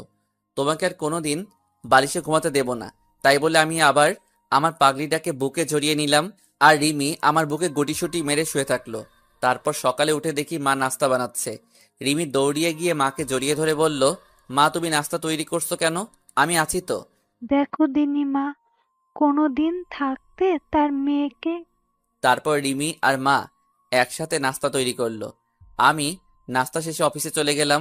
অফিসে লাঞ্চ টাইমে বসে আছি, তখন হঠাৎ করে একটা আনকমন নাম্বার থেকে ফোন আসলো। আমি ফোন রিসিভ করে সালাম দিলাম, কিন্তু সে সালামের উত্তর না দিয়ে বলল, বাবা তুমি তাড়াতাড়ি বাড়ি আসো, খুব টেনশন হচ্ছে, তাড়াতাড়ি বাড়ি আয়। তাই বলে ফোনটা রেখে দিল। আমি বুঝতে পারলাম মা ফোন দিয়েছে। আমি তাড়াতাড়ি অফিস থেকে বাড়ি চলে আসলাম। এসে যা দেখলাম তা আমি কখনো প্রস্তুত ছিলাম না। আমি রিমি বলে জোরে একটা চিৎকার দিলাম। আমি বাসায় গিয়ে দেখি রিমি অচেতন হয়ে বিছানায় শুয়ে আছে, আর মা রিমির মাথায় হাত বুলিয়ে দিচ্ছে। আমি তাড়াতাড়ি রিমির পাশে গিয়ে রিমির মাথাটা আমার কোলে তুলে নিলাম। মা কি হয়েছে রিমির? ও অচেতন হলো কিভাবে? বাবা রুম থেকে কিছু পড়ার শব্দ শুনে রুমে এসে দেখি রিমি এভাবে পড়ে আছে। তারপর তোকে ফোন দিলাম। আমি তাড়াতাড়ি ডাক্তার সাহেবকে ফোনে আসতে বললাম। মা বাবা নতুন জায়গা হয়তো কাউকে চিনে না, তাই ডাক্তারকে ফোন দিতে পারিনি। কিছুক্ষণ পর ডাক্তার আসলো। ডাক্তার রিমিকে পরীক্ষা করছে, আর আমি রিমির পাশে হাত ধরে বসে আছি। ডাক্তার একটা ইঞ্জেকশন দিয়ে দিল, আর বাইরে এসে বলল, মেহেদি সাহেব, আপনি মিষ্টি খাওয়ান তাড়াতাড়ি, আপনি বাবা হতে যাচ্ছেন। ডাক্তারের কথা শুনে যে কি পরিমাণ খুশি হয়েছি তা বলে বোঝাতে পারবো না। মনে হয় আমার জীবনের সবচেয়ে খুশির খবর এটা। তারপর ডাক্তারকে বিদায় দিয়ে আমি রিমির পাশে গিয়ে বসলাম। কিছুক্ষণ পর রিমির জ্ঞান ফিরল। তখনই মা বাবা রুম থেকে চলে গেল। আমার কি হয়েছিল? আমি তখন মাথাটা প্রচন্ডভাবে ব্যথা হয়ে উঠল। তারপর আর কিচ্ছু মনে নাই। কি হয়েছে বলো আমায়। আর তোমার চেহারা এরকম গম্ভীর হয়ে আছে কেন? সত্যি বলবে আমায়। ডাক্তার বলল, তুমি আর কোনোদিন মা হতে পারবে না। মিথ্যা কথা বললাম রিমিকে সারপ্রাইজ দেব বলে। এবার কান্না করে দিল আর আমাকে জড়িয়ে ধরলো। না, তুমি মিথ্যা বলছো। আমি বিশ্বাস করি না। বলো তুমি মিথ্যা বলছো। আমি তোমাকে কোনো দিন বাবা ডাক শোনাতে পারবো না, তাই না? আর তখন তুমি আমাকে ছেড়ে চলে যাবে, তাই না? প্লিজ, তুমি আমাকে ছেড়ে চলে যেও না। দরকার হয় তুমি আরেকটা বিয়ে করো, তবু আমি তোমাকে ছাড়া থাকতে পারবো না। তোমায় ছাড়া আমি বাঁচবো না। আমি রিমিকে বুকে জড়িয়ে নিয়ে বললাম, কি সব বলছো তুমি? আমিও তোমাকে ছাড়া থাকতে পারবো না। আর আমি কাউকে বিয়ে করব না। আমার থেকে তোমাকে কেউ কেড়ে নিতে পারবে না, কারণ আমি বাবা হতে চলেছি। রিমি এবার আমার বুক থেকে মাথা উঠিয়ে আমার দিকে করুণ দৃষ্টিতে তাকিয়ে আছে। রিমি এবার জোরে করে কান্না করে দিল, আর আমাকে এবার শক্ত করে জড়িয়ে ধরে বাচ্চাদের মতো কান্না করে দিল। তুমি কেন আমাকে মিথ্যা বলছো? তুমি জানো কতটা কষ্ট পেয়েছিলাম আমি। আমি মা হতে পারবো না বলে কষ্ট পাইনি। আমি কষ্ট পেয়েছি তুমি আমাকে ছেড়ে চলে যাবে, তাই খুব কষ্ট হয়েছিল। তুমি জানো না, আমি সব সহ্য করতে পারি, কিন্তু তোমাকে হারিয়ে ফেলার কষ্ট সহ্য করতে পারবো না। তুমি বলো, আমাকে আর কষ্ট দেবে না? এবার আমিও রিমিকে শক্ত করে জড়িয়ে ধরলাম, আর আমিও কান্না করে দিয়েছি। হয়তো রিমির কান্না আমি সহ্য করতে পারি না, তাই। তুমি ভাবলে কিভাবে যে আমি তোমাকে ছেড়ে থাকতে পারবো? তুমি জানো না তোমাকে কতটা ভালোবাসি আমি। আর আজ যদি আমাদের কোনো সন্তানও না হয়, তাহলে আমরা দুজন সারা জীবন একসাথে থাকবো। আমাদের মাঝে কাউকে আসতে দেব না। এই বলে আমি রিমির কপালে একটা চুমু খেলাম, আর রিমিকে পরম ভালোবাসায় আমার বাহুডোরে জড়িয়ে নিলাম। এই ছাড়ো, আমি এইমাত্র অফিস থেকে আসলাম, এবার একটু ফ্রেশ হয়ে আসি। না, ছাড়বো না। তোমার বুকে আমি এভাবে সারা জীবন থাকতে চাই। গায়ে সব ধুলাবালি ময়লা লেগে আছে। আমি যাবো আর আসবো, শার্টটা চেঞ্জ করে চলে আসবো। না, তুমি চুপচাপ বসে থাকো, কোথাও যেতে দেব না তোমাকে। তুমি সব সময় অফিসে থাকো, সারা দিন কাছে পাই না। আজ পেয়েছি, আজ তোমাকে ছাড়বো না। কি মেয়ে রে বাবা, তবে খুব ভালো লাগে রিমির ভালোবাসাগুলো। সে যখন আহ্লাদি সুরে ছোট ছোট করে কথা বলে, মনে হয় সারা জীবন তার সাথে কথা বলি। এই আমাদের বাবু হবে, তখন আমাদের বাবুটা কোথায় থাকবে? আমাদের মাঝখানে না তোমার ওপাশে? তুমি বলো কোথায় থাকবে? তুমি আমার বাম পাশের বুকে শুয়ে থাকবে, আর আমাদের বাবুটা আমার ডান পাশের বুকে শুয়ে থাকবে, ঠিক আছে? না, ঠিক নেই। আমি তোমাকে কারো ভাগ দেব না। এই পুরো বুকটা আমার। আমি কাউকে তোমার বুকে ঘুমাতে দেব না, এমনকি আমাদের সন্তান কেউ না। কি মেয়ে রে বাবা, নিজের সন্তানকে হিংসা করে? কি বলছো? সে তো আমার সন্তান, আমি তাকে বুকে জড়িয়ে ঘুমাবো না? না বলছি তো, আমি তোমাকে কাউকে ভাগ দেব না। আর আমাদের সন্তানকে দোলনায় রেখে দেব, আর না হয় তোমার মা বাবার কাছে রেখে দিব। কি? আমাদের সন্তান মা বাবার কাছে ঘুমাবে কেন? যদি তুমি আমাকে রেখে আমাদের সন্তানকে আদর করো তাই। তুমি শুধু আমাকে আদর করবে, কথা মনে থাকবে তো? থাকবে। পাগলি একটা, তোমাকে রেখে আমি কাউকে আদর করব না। তারপর আমি রিমিকে সরিয়ে ফ্রেশ হয়ে রাতের খাবার খাচ্ছি, তখন মা বলল, বাবা মেহেদি, তুই এবার আমাদের সাথে চল। তোর নিজের বাড়িতে তুই যাবি। আর রিমির শরীরের অবস্থা খুব একটা ভালো না, তাই বলছি কি, আমাদের সাথে চল। আমি বৌমাকে দেখে রাখবো। তাহলে আম্মু, আমি অফিস থেকে ট্রান্সফার নিয়ে কাল সবাই মিলে যাব। রাতের খাবার খেয়ে আমি আর রিমি রুমে চলে আসলাম। আমি শুয়ে পড়লাম, আর রিমি কিছু কিছু কাজ করে শুতে চলে এলো। তারপর রিমি আমার বুকে মাথা দিয়ে শুয়ে বলল, আমি প্রায় শুনি অনেক মেয়ে মা হতে গিয়ে মারা যায়। আমিও যদি তাদের মধ্যে পড়ি, তখন তুমি আমাকে ছাড়া থাকতে পারবে? চুপ, এরকম কথা আর বলবে না। আর তোমার কিছু হবে না, তোমার পাশে আমি সব সময় থাকবো। তুমি কোনো চিন্তা করো না, শুধু আমাকে ভালোবেসে যাও, আর আমাদের বাবুটার দিকে খেয়াল রাখো। তারপর রিমি জড়িয়ে ধরে ঘুমিয়ে পড়লাম। সকালে উঠে দেখি রিমি সুন্দর করে বাচ্চাদের মতো গুটিসুটি মেরে আমাকে জড়িয়ে ধরে শুয়ে আছে। মনে হচ্ছে রিমি তার সবচেয়ে নিরাপদ জায়গা পেয়ে গেছে। আমিও আর রিমিকে ডাকলাম না, ডাকলে রিমির ঘুমটা ভেঙে যাবে। কিছুক্ষণ পর রিমির ঘুম ভেঙে গেল, আর আমার দিকে তাকিয়ে দেখে আমি তার দিকে তাকিয়ে আছি। তখন রিমি আমার ঠোঁটে একটা চুমু খেলো, আর দুই গালে দুইটা চুমু দিয়ে উঠে পড়লো। আমি ফ্রেশ হয়ে অফিসে চলে গেলাম। ঝিনাইদহে আমার অফিস, ট্রান্সফার করে চলে আসলাম। আজ রাতেই চলে যাব এখান থেকে। সবাই যে যার ব্যাগ গুছিয়ে নিয়ে রিমির মা বাবার সাথে দেখা করে চলে আসলাম। আজ দীর্ঘ 4 বছর পর নিজের শহরে যাচ্ছি। সবাই মিলে বাসে উঠলাম। মা বাবা এক সিটে, আর আমি আর রিমি এক সিটে। রিমিকে জানালার পাশে বসালাম। রিমি আমার হাত জড়িয়ে ধরে বসে আছে। মনে হচ্ছে রিমি ভয় পাচ্ছে। নতুন জায়গায় নতুন লোক, কি হবে সেটা ভেবে মনে হয় কিছুটা নার্ভাস ফিল করছে। রিমি, তুমি নতুন জায়গায় নতুন লোকের মাঝে যাচ্ছ, তুমি নার্ভাস ফিল করছো? না, মোটেই না। তুমি সাথে থাকলে আমি সব জায়গায় যেতে রাজি। শুধু তুমি আমার হাতটা শক্ত করে ধরে রেখো। দেখতে দেখতে আমরা ভেতরের দিকে বাসায় পৌঁছালাম। তারপর আমি একটু ঘুমিয়ে নিলাম। হঠাৎ করে নিচে চেঁচামেচির শব্দ শুনে নিচে এসে দেখি কিছু প্রতিবেশী রিমিকে ঘিরে রেখেছে। সবাই তার চেহারার তারিফ করছে, বলছে, আহ কি সুন্দর মেয়ে, একদম রাজকন্যা। আমি মিট মিট করে হাসছি। এরপর আমি নিচে আসলাম। সবাই আমাকে দেখে ভালো মন্দ জিজ্ঞাসা করছে।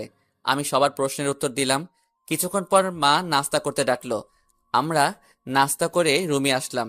রিমি, চলো গুছিয়ে নাও, আজ আমাদের শহরটা ঘুরে বেড়াবো। অনেকদিন পর আসছি তো তাই। আর তোমারও শহরটা চেনা হয়ে যাবে। আমরা দুজন বের হয়ে গেলাম। আমি কাল একটা পাঞ্জাবি পরেছি, আর রিমি কাল একটা শাড়ি পরেছে। যখনই আমরা বের হতে যাব, তখনই মা ডাকলো। হাতে দেখি একটা থালা। মা কাছে এসে বলল, আমার ছেলে আর মেয়ের দিকে যেন আরো নজর না পড়ে। আসলে যেই দেখবে তারই নজর পড়বে, কারণ আমরা ম্যাচিং করে ড্রেস পরেছি। খুব সুন্দর লাগছে রিমিকে। তারপর আমরা সেই কলেজে আসলাম যেখানে আমি পড়তাম, আর অনিকার সাথে পরিচয় হয়েছিল। সেই বড় আম গাছটা এখনো সেইভাবেই আছে। তারপর আসলাম নদীর পাড়ে। এখানে আমি আর রিমি ঘুরতে আসতাম। আমরা একটা রেস্টুরেন্টে আসলাম। যেই ঢুকতে যাব, আর আমার সামনে চেয়ারে অনিকা বসে আছে, যা আমি কোনোদিন আশা করিনি। তাকে আমার দেখলে কেমন ভয় করে, যেন অনিকার কারণে আমি আবার যদি রিমিকে হারিয়ে ফেলি। আমি এখনো অনিকাকে ঘৃণা করি, প্রচন্ড ঘৃণা করি। তার চেহারা আমার কাছে অসহ্য লাগছে। তারপরে আমি রিমি যে বাইরে চলে আসতে যাব, তখনই অনিকা আমাকে ডাকলো। আমি না শোনার ভান করে রিমিকে নিয়ে চলে আসতে যাব, তখনই অনিকা আমার সামনে এসে দাঁড়ালো। আপনি এরকম ভাবে আমাদের পথ আটকালেন কেন? কি চান আপনি? প্লিজ মেহেদি, আমার কথাটা শোনো একবার। শুধু একটা কথা বলবো, তারপর আর তোমাকে কোনো দিন ডিস্টার্ব করবো না। বলেন, কি বলবে? আমি জানি তোমার সাথে আমি কত বড় অন্যায় করেছি। আমার জন্য তুমি অনেক কষ্ট পেয়েছো। আমার জন্য তুমি এত বছর তুমি তোমার আপনজনের অবহেলা পেয়েছো। আমি জানি তুমি আমাকে অনেক ঘৃণা করো, আমাকে তুমি একদমই সহ্য করতে পারো না। কিন্তু আমি যদি সেদিন একটু সাহস দেখাতাম, তাহলে হয়তো রিমির জায়গায় আমি থাকতাম। কিন্তু আমার কপালটাই খারাপ, আমি তোমাকে এখনো আগের মতো ভালোবাসি। তবে তুমি চিন্তা করো না, আমি তোমাদের মাঝে দেওয়াল হয়ে দাঁড়াবো না। শুধু আমাকে একবার ক্ষমা করে দাও। আমি তোমার ভালোবাসা নিয়ে দূরে সরে যাব, আর কোনো দিন তোমার সামনে আসবো না। এই বলে অনিকা কান্না করতে করতে চলে গেল। আমি আর রিমি ওখান থেকে চলে আসতে যাব, তখনই দেখি আনিকার বড় ভাই সেখানে দাঁড়িয়ে আমার দিকে রাগী দৃষ্টিতে তাকিয়ে আছে। মনে হয় আমাকে একা পেলে চিবিয়ে খেয়ে ফেলতো। আমি তাড়াতাড়ি ওখান থেকে চলে আসলাম। তারপর বাড়ি এসে রিমিকে রেখে চলে গেলাম আমার জানের জিগের দোস্ত রাজুর কাছে। আমি রাজুর বাড়ির সামনে দাঁড়িয়ে কলিং বেল বাজালাম। কিছুক্ষণ পর দরজা খুলে দিল। দরজা খুলল রাজুর মা। আন্টি কেমন আছেন? আমাকে চিনতে পারছেন? আমি মেহেদি। এইবার রাজুর মা খুব খুশি হয়ে, বাবা, তুই কতদিন পরে এলি? সেই চলে গেলি, আর ফিরে আসলে না। আন্টি রাজু কই? রাজু তার রুমে আছে, যাও দেখা করে আসো। আমি রাজুর রুমে গিয়ে দেখি রাজু চোখ বন্ধ করে হেডফোনে গান শুনছে। আমি আস্তে আস্তে রাজুর কাছে গিয়ে রাজুকে একটা চড় মারলাম আস্তে করে। রাজু ভয় পেয়ে তাড়াতাড়ি উঠে পড়ল। আর রাজু সামনে তাকিয়ে দেখে আমি দাঁড়িয়ে আছি। রাজু দৌড়িয়ে আমাকে জড়িয়ে ধরে বলল, কেমন আছিস দোস্ত? তুই চলে যাওয়ার পর থেকে আমি আড্ডা মারা বন্ধ করে দিছি। তুই না থাকলে কিভাবে মজা হবে বল? হুম, এবার থেকে আবার আড্ডা হবে। আমি চলে আসছি না? চল আগে ভাবির সাথে দেখা করে আসি। হুম, চলো, কিন্তু ভাবিকে পেয়ে যেন আমাকে ভুলে যাস না শালা। তারপর দুজনে চলে আসলাম আমাদের বাসায়। তারপর রুমে ঢুকে দেখি রিমি কাপড় গুছিয়ে আলমারিতে রাখছে। আমি পিছন থেকে গিয়ে রিমিকে জড়িয়ে ধরলাম। রিমি ভয় পেয়ে বলল, এভাবে কেউ জড়িয়ে ধরে? আমি তো ভয় পেয়ে গেছি। তারপর আমি রাজুর সাথে রিমির পরিচয় করিয়ে দিলাম। এভাবে আমাদের সুখের সংসার চলতে থাকলো। তবে এখন আর অনিকাকে দেখা যায় না, আর ডিস্টার্বও করে না। কিন্তু আমার মনে হয় কেউ আমার পিছু নিচ্ছে। এভাবে আমার আর রিমির সংসার 8 মাস চলে গেল। আজ আমি অফিসে বসে কাজ করছি, তখন আমার বাবা ফোন দিয়ে বলল রিমিকে হাসপাতালে নেওয়া হয়েছে। রিমির ডেলিভারি পেইন উঠেছে। তাই আমিও সবকিছু ফেলে তাড়াতাড়ি হাসপাতালে চলে আসলাম। এসে দেখি রিমিকে ওটিতে নেওয়া হয়েছে। আমি বাইরে অপেক্ষা করছি, খুব টেনশন হচ্ছে। কিছুক্ষণ পর ডাক্তার বের হয়ে আসলো। আমি সাথে সাথে ডাক্তারের কাছে গেলাম। ডাক্তার, কি হয়েছে আমার রিমির? আপনি কিছু বলছেন না কেন? মেহেদি সাহেব, আপনার মেয়ে হয়েছে আর বাচ্চার মা। সরি। তাই বলে ডাক্তার চলে গেল। আমি সাথে সাথে সেখানে চুপ করে বসে পড়লাম। আমার মাথা কিছু কাজ করছিল না। কি করব আমি? কিভাবে থাকবো রিমিকে ছাড়া? তারপর আমি দৌড়িয়ে রিমির কাছে গেলাম। যে দেখি রিমি চোখ বুজে শুয়ে আছে। আমি রিমিকে জড়িয়ে ধরে কান্না শুরু করে দিলাম। তুমি কথা দিয়েছিলে তুমি আমাকে ছেড়ে কোথাও যাবে না, তাহলে কেন চলে গেলে? আমি কিভাবে বাঁচবো তোমাকে ছাড়া? আমি রিমিকে জড়িয়ে ধরে কান্না করছি। তারপর হঠাৎ করে কেউ আমাকে জড়িয়ে ধরলো আর বলছে, তোমাকে ছেড়ে কোথাও যাব না পাগল। এবার চোখ খুলে তাকিয়ে দেখি রিমি আমাকে জড়িয়ে ধরে আছে।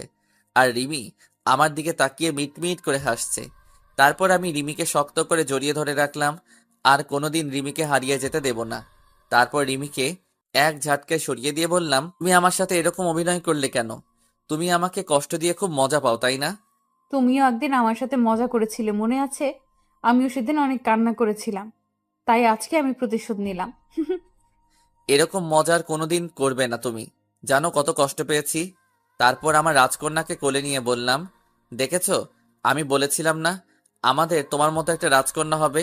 তারপর আমার রাজকন্যাকে একটা চুমু দিয়ে রিমির কপালে একটা চুমু দিলাম। কিছুদিন পর আমি রিমিকে হাসপাতাল থেকে বাসায় নিয়ে আসলাম। তারপর রাতে ঘুমাতে গিয়ে রিমির পাগলামি দেখে আমি না হেসে পারলাম না। রিমি আমাদের মেয়েকে নিয়ে বাইরে যাচ্ছে। তখন আমি বললাম, এই জিনাতকে কোথায় নিয়ে যাচ্ছ? কেন? আব্বু আম্মুর কাছে রেখে আসতে যাচ্ছি। না, তুমি আমার মেয়েকে আমার পাশে রাখো। আমাদের মাঝখানে আমার মেয়ে থাকবে। রিমি এবার রেগে বলল, কি বললে? তোমাকে আমি প্রথমে বলেছিলাম না তোমার আমার মাঝে কেউ থাকবে না, এমনকি আমাদের সন্তানও না। তোমার বুকে মাথা না রাখলে আমার ঘুম আসে না, তুমি জানো না? ওকে, তাহলে তুমি মাঝখানে থাকো আর জিনাতকে তোমার ওই পাশে রাখো। তারপর রিমি আমার পাশে শুয়ে পড়ল আর জিনাত রিমির পাশে শুয়ে পড়ল। তারপর রিমিকে জড়িয়ে ধরে ঘুমিয়ে পড়লাম। সকালে উঠে ঘুম থেকে উঠে ফ্রেশ হয়ে নাস্তা করে রিমির কপালে আর আমার ছোট পরিটার কপালে একটা চুমু দিয়ে অফিসে চলে আসলাম। আজ অফিসে কিছু কর্মচারী নিয়োগ হবে। আমি আমার ডেস্কে বসে আছি। তখন আমাদের ম্যানেজার একটা মেয়ের সাথে পরিচয় করিয়ে দিল আর বলল, আজ থেকে এ তোমার আন্ডারে কাজ করবে। মেয়েটির নাম তনিমা। তনিমার দেখতে বেশ সুন্দরী, তবে আমার রিমির থেকে বেশি না। আমি তনিমার সাথে পরিচয় হয়ে নিয়ে তনিমার কাজ বুঝিয়ে দিয়ে নিজের ডেস্কে এসে বসলাম। আমার ডেস্ক থেকে তনিমার ডেস্ক দেখা যায়। কিছুক্ষণ পর তনিমার দিকে তাকিয়ে দেখি তনিমা আমার দিকে এক দৃষ্টিতে তাকিয়ে আছে। আমি এসব দেখে মনোযোগ না দিয়ে আমার কাজ করতে থাকলাম। এভাবে আমার রিমির আর আমার ছোট পরিটার সংসার চলতে থাকলো। আজ আমার মেয়ের বয়স 1 বছর। এই 1 বছরে রিমির আর আমাদের মেয়ে জিনাতের পাগলামি দেখে কিভাবে যে সময় চলে গেল। আর এদিকে অফিসে তরিমা এখন আমার দিকে সব সময় তাকিয়ে থাকে। কারণে অকারণে আমার সাথে আমার ডেস্কে আসে। আজ অফিস থেকে বাড়ি আসতে যাব, তখন তনিমা আমাকে কফি খাওয়ার জন্য বলল। আমিও মানা করতে পারলাম না। সব সময় অফিস বাড়ি করতে করতে আমারও কেমন অধৈর্য হয়ে গেছে, তাই আমিও রাজি হয়ে গেলাম। কফি শপ থেকে তনিমাকে বিদায় দিয়ে আমি বাড়ি চলে আসলাম। Calling bell বাজালাম। কিছুক্ষণ পর আমার মা দরজা খুলে দিল। আমি বেশ অবাক হলাম, কারণ এই পর্যন্ত প্রতিদিন রিমি দরজা খুলে দেয়। মা, তুমি দরজা খুলছো কেন? রিমি কই? রিমি উপরে আছে, মনে হয় শুয়ে আছে, তাই আমি দরজা খুলে দিলাম। আমি উপরে গিয়ে দেখি জিনাত ঘুমিয়ে আছে। বেশ অবাক হলাম, কারণ আমি আসার আগে কোনোদিন রিমি জিনাতকে ঘুমাতে দেয় না। আর রিমিকে কোথাও দেখা যাচ্ছে না। সব জায়গায় খুঁজলাম, কিন্তু পেলাম না। এবার আমি ছাদে উঠে দেখি রিমি ছাদের এক কোণায় চুপটি করে দাঁড়িয়ে আছে। আমি রিমিকে ডাক দিলাম। রিমি আমার ডাক শুনে রিমি তাড়াতাড়ি করে তার চোখ মুছে দিল। কি ব্যাপার, তুমি এত রাতে ছাদে কেন? তাই বলে রিমিকে আমার দিকে ফিরালাম। দেখি রিমির চোখ লাল হয়ে আছে, মনে হয় কান্না করেছে। না, আমার কিচ্ছু হয়নি, চলো নিয়ে চলো। এই বলে রিমি আগে আগে নিচে নেমে গেল। মেহেদি বেশ অবাক হলো, কারণ আমি অফিস থেকে বাড়ি আসলে আগে রিমি আমাকে জড়িয়ে ধরে আমার গালে একটা চুমু দেয়। কিন্তু আজ রিমির কি হলো যে সব ভুলে গেছে? রাতে সবাই একসাথে খেয়ে যখন ঘুমাতে যাব, তখন দেখি রিমি ওই পাশে শুয়ে আছে আর জিনাত আমাদের মাঝখানে শুয়ে আছে। আমি রিমির এমন পরিবর্তন দেখে খুব অবাক হলাম। কি হয়েছে রিমি তোমার? তুমি আজ ওপাশে শুয়ে পড়লে কেন? না, কিচ্ছু হয়নি, এমনি ভালো লাগছে না, তাই এদিকে শুয়ে পড়লাম। তাই বলে রিমি অন্যদিকে মুখ করে শুয়ে পড়ল। আমি বেশ অবাক হলাম, কারণ রিমি এই পর্যন্ত যতবারই মন খারাপ হয় ততবারই আমাকে জড়িয়ে ধরে ঘুমাতো। তবে আজ কি হলো রিমির? এভাবে আমার সারা রাত ঘুম আসলো না। সকালে ঘুম থেকে উঠে দেখি রিমি পাশে নেই। রিমি এরকম করছে কেন? আমাকে অবহেলা করছে কেন? আমাকে এড়িয়ে চলছে কেন? কি হয়েছে রিমির? তাই বলে আমি ফ্রেশ হতে চলে গেলাম। তারপর নাস্তা করে অফিসে যাব, তখন রিমি আমার কাছে এসে আমাকে জড়িয়ে ধরে চুমু খায়। কিন্তু আজ কেন আসলো না? আমি কিছুই বুঝতে পারছি না। আমি রিমিকে ডাক দিলাম, কিন্তু কোনো সাড়া শব্দ নেই। তাই আমি কিচেনে গেলাম। গিয়ে দেখি রিমি রান্না করছে। কি হলো, তুমি শুনতে পারছো না? তোমায় কখন থেকে ডাকছি, শুনতে পারছো না? দেখছো না কাজ করছি, তাও আবার এত ডাকার কি হলো? আমার বুকের মধ্যে কেমন একটা ব্যথা হয়ে উঠল রিমির এমনভাবে কথা শুনে। রিমি আমার সাথে এমনভাবে কথা বলছে কেন, বুঝতে পারছি না। তারপর নাস্তা না করে অফিসে চলে আসলাম। আমার কোনো কাজে মন বসছে না। রিমির মাঝে কেন এমন পরিবর্তন হলো, খুব খারাপ লাগছে আমার। তখন দেখি তনিমা আসলো আমার ডেস্কে। কি ব্যাপার মেহেদি সাহেব, এমন মন খারাপ কেন? মুখটা মলিন করে বসে আছেন। না, কিছু হয়নি, এমনি বসে আছি। কিছু বলবেন? না কিছু না, আপনি মুখ কালো করে বসে আছেন, তাই জিজ্ঞেস করলাম। আপনার যে একটু মন খারাপ, তাই চলেন বিকালে একটু নদীর পাড় থেকে ঘুরে আসি, মনটা ভালো হয়ে যাবে। আসলে অনেকদিন কোথাও ঘুরতে যাওয়া হয় না। ওকে, তাহলে অফিস শেষে নদীর পাড়ে ঘুরতে যাবানি। তাই বলে তনিমা চলে গেল আর আমি আমার কাজে মন দিলাম। আমি দুপুরে লাঞ্চের জন্য অপেক্ষা করছি, কিন্তু রিমি এখন আমাকে ফোন কেন করলো না? আগে যতক্ষণ না আমি লাঞ্চ করব ততক্ষণ রিমি ফোন দিয়েই যাবে। কিন্তু আজ কি হলো রিমির? রিমির এমন পরিবর্তন আমি মেনে নিতে পারছি না। আমি আর দুপুরে লাঞ্চ করলাম না। বিকালে অফিস শেষ করে ডেস্কে বসে আছি, তখন তনিমা আসলো। আর আমি তনিমার সাথে একটা রিকশায় করে নদীর পাড়ে এলাম। আমি আর তনিমা পাশাপাশি হাঁটছি। তখন তনিমা পা পিছলিয়ে পড়ে যাচ্ছিল। আমি কোনোভাবে তাকে ধরে ফেলে আর রিমিও আমার গলা জড়িয়ে ধরে রাখে। তারপর তনিমাকে সরিয়ে আরো কিছুক্ষণ ঘরে যে যার বাড়ি চলে আসলাম। আমি আমার বাড়ির সামনে দাঁড়িয়ে কলিং বেল বাজালাম, কিন্তু এত দেরি তো কোনোদিন হয় না। কিছুক্ষণ পর আম্মু এসে দরজা খুলে দিল। আমি আবার কালকের মতো অবাক হলাম। আমি আম্মুর সাথে কথা বলে উপরে চলে আসলাম।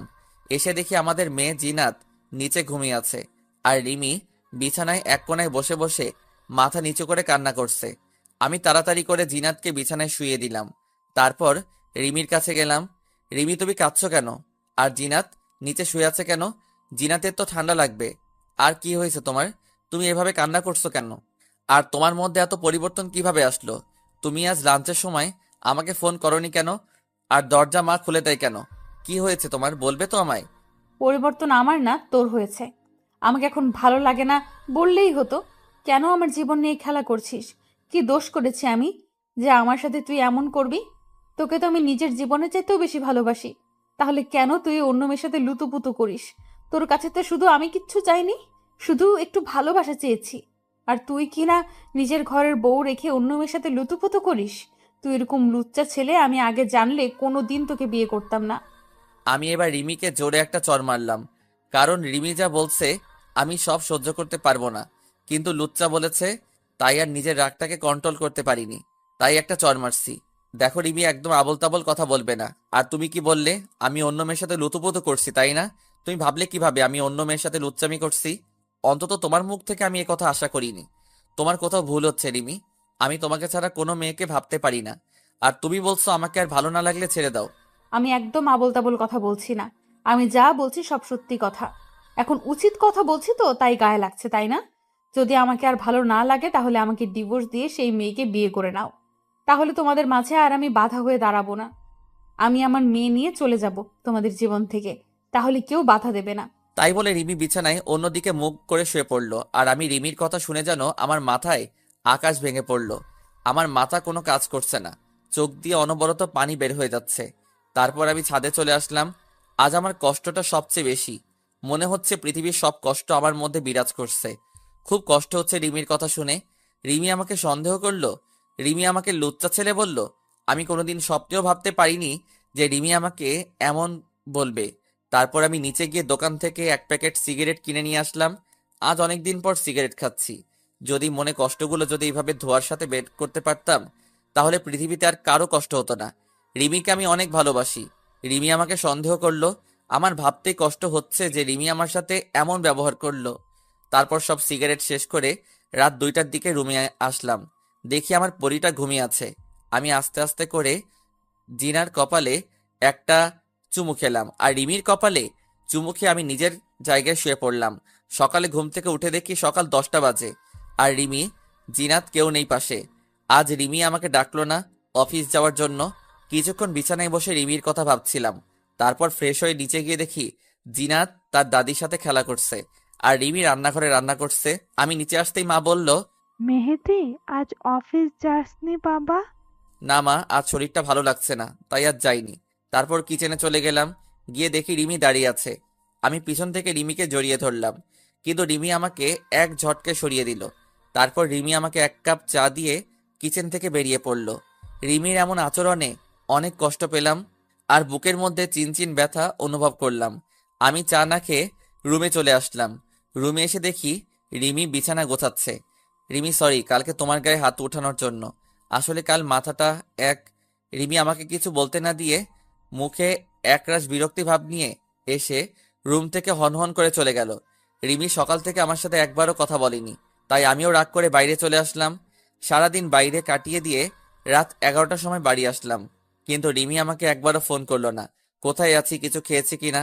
মনে হচ্ছে সবকিছু ছেড়ে আমি কোথাও চলে যাই, যেখানে কোনো প্যারা নেই। রাতে বাড়ি এসে দেখি রিমি আর আমার ছোট পরীটা শুয়ে আছে। রিমি আমাকে দেখে অন্য দিকে শুয়ে পড়ল, আর আমি জিনাতকে একটু কোলে চুমু খেয়ে জিনাতকে শুয়ে দিলাম। রিমি, আমার ক্ষুধা লাগছে, আমার খাবার কই? রিমি কোনো কথা বলছে না, চুপচাপ শুয়ে আছে। তাই আমি আর কিছু না বলে শুয়ে পড়লাম। শুয়ে শুয়ে ভাবছি কি দোষ করেছি যে রিমি আমাকে এত বড় সাজা দিচ্ছে। রিমির অবহেলা আমার সহ্য হচ্ছে না। আপনজনের অবহেলাগুলো অনেক কষ্টদায়ক হয়, যা সহ্য করার মতো মন আমাদের দেয়নি। সকালে উঠে ফ্রেশ হয়ে নাস্তা না করে অফিসে চলে আসলাম। অফিসের কাজে কোনো রকম মন বসছে না, তাই আনমনে বসে রইছি। অফিস শেষে রিক্সার জন্য বাইরে দাঁড়িয়ে আছি, তখন তনিমা রিক্সা নিয়ে আসলো। এসে বলল, মেহেদি সাহেব, আমার সাথে এক জায়গায় একটু যেতে পারবেন? খুবই দরকারি কাজ। প্লিজ চলেন, আপনি গেলে খুবই ভালো হয়। আমি যাব না। আমাকে জোর করে নিয়ে গেল। হঠাৎ করে রিক্সা থেমে গেল। আমি তাকিয়ে দেখি একটা হোটেলের নিচে দাঁড়িয়ে আছি। তারপর তনিমা আমার হাত ধরে টানতে টানতে নিয়ে গেল আর বলল, আমার এক কাজিনের সাথে দেখা করতে এসেছি, কিন্তু দেখা হয়নি, তাই আমরা আবার বেরিয়ে আসলাম। তারপর তনিমা আমাকে জোর করে ডিনার করালো। আমি আর কিছু বললাম না। তারপর ডিনার করে বাড়ি এসে কলিং বেল বাজালাম, আর দেখলাম বাবা দরজা খুললো। বাবা, কেমন আছো তুমি? আর কখন আসলে তুমি? বাবা চাকরির কারণে বাইরে থাকে। বাবা কোনো কথা না বলে আমার গালে সজোরে 2টা চড় মারলো। তুই এইরকম আমি কোনোদিন ভাবতেই পারিনি। তোকে ছেলে হিসেবে পরিচয় দিতে আমার ঘৃণা হচ্ছে। তারপর বাবা চলে গেল। আমি মায়ের কাছে গেলাম, কিন্তু মা কোনো কথা না বলে আমার সামনে থেকে চলে গেল। আমি কিছুই বুঝতে পারছি না। তারপর আমি রুমে গিয়ে দেখি রিমি তার সব জামা কাপড় ব্যাগে গুছাচ্ছে, সাথে জিনাতের কাপড়গুলো। কি হলো রিমি, তুমি ব্যাগ গুছাচ্ছ কেন? কোথায় যাবে তুমি? আর কি হয়েছে, তুমি কান্না করছো কেন? কি হয়েছে শুনতে চাও? তুমি সব কিছু জেনেও নাটক করছো। তুমি আমার সাথে নাটক করেছো, তুমি আমাকে ধোকা দিয়েছো। তোমার মতো একটা ধোকাবাজ ছেলের সাথে আমি আর থাকতে চাই না। আমি আজই চলে যাচ্ছি। তুমি আমাকে একবার বলতে পারতে আমাকে তোমার পছন্দ না। আমি হাসি মুখে চলে যেতাম তোমার জীবন থেকে। শুধু এত নাটক করার কোনো দরকার ছিল না। তুমি তাকে নিয়ে একসাথে রিকশায় উঠেছো, নদীর পাড়ে ঘুরতে গেছো, তাকে জড়িয়ে ধরেছো, তার সাথে হোটেলে গিয়েছো। ছি ছি ছি ছি ছি মেহেদি, অন্তত তোমার দ্বারা আমি এসব কাজ আশা করিনি। কি বলছো সব? আমি কেন অন্য মেয়ের সাথে হোটেলে যাব, নদীর পাড়ে যাব? আর কাকে জড়িয়ে ধরেছি? আমি তো কিছুই বুঝতে পারছি না। আমি জানি তুমি এরকম কথা বলবে। তুমি এখনো আমার সাথে নাটক করছো। তাহলে এগুলো কি বলো? এগুলো সব কি নাটক? তাই বলে রিমি আমার সামনে কিছু ছবি ছুড়ে দিল। আমি ছবিগুলো দেখে নিজের চোখকে বিশ্বাস করতে পারছি না। আমার চোখ কপালে উঠে গেছে। আমার মাথা কাজ করা বন্ধ করে দিয়েছে। রিমি যেই ছবিগুলো আমার সামনে রাখলো সেগুলো সব আমার আর তনিমার পিক ছিল। আমি আর তনিমা একসাথে রিকশায় বসে আসি। তারপর আমি তনিমাকে জড়িয়ে ধরে আসি।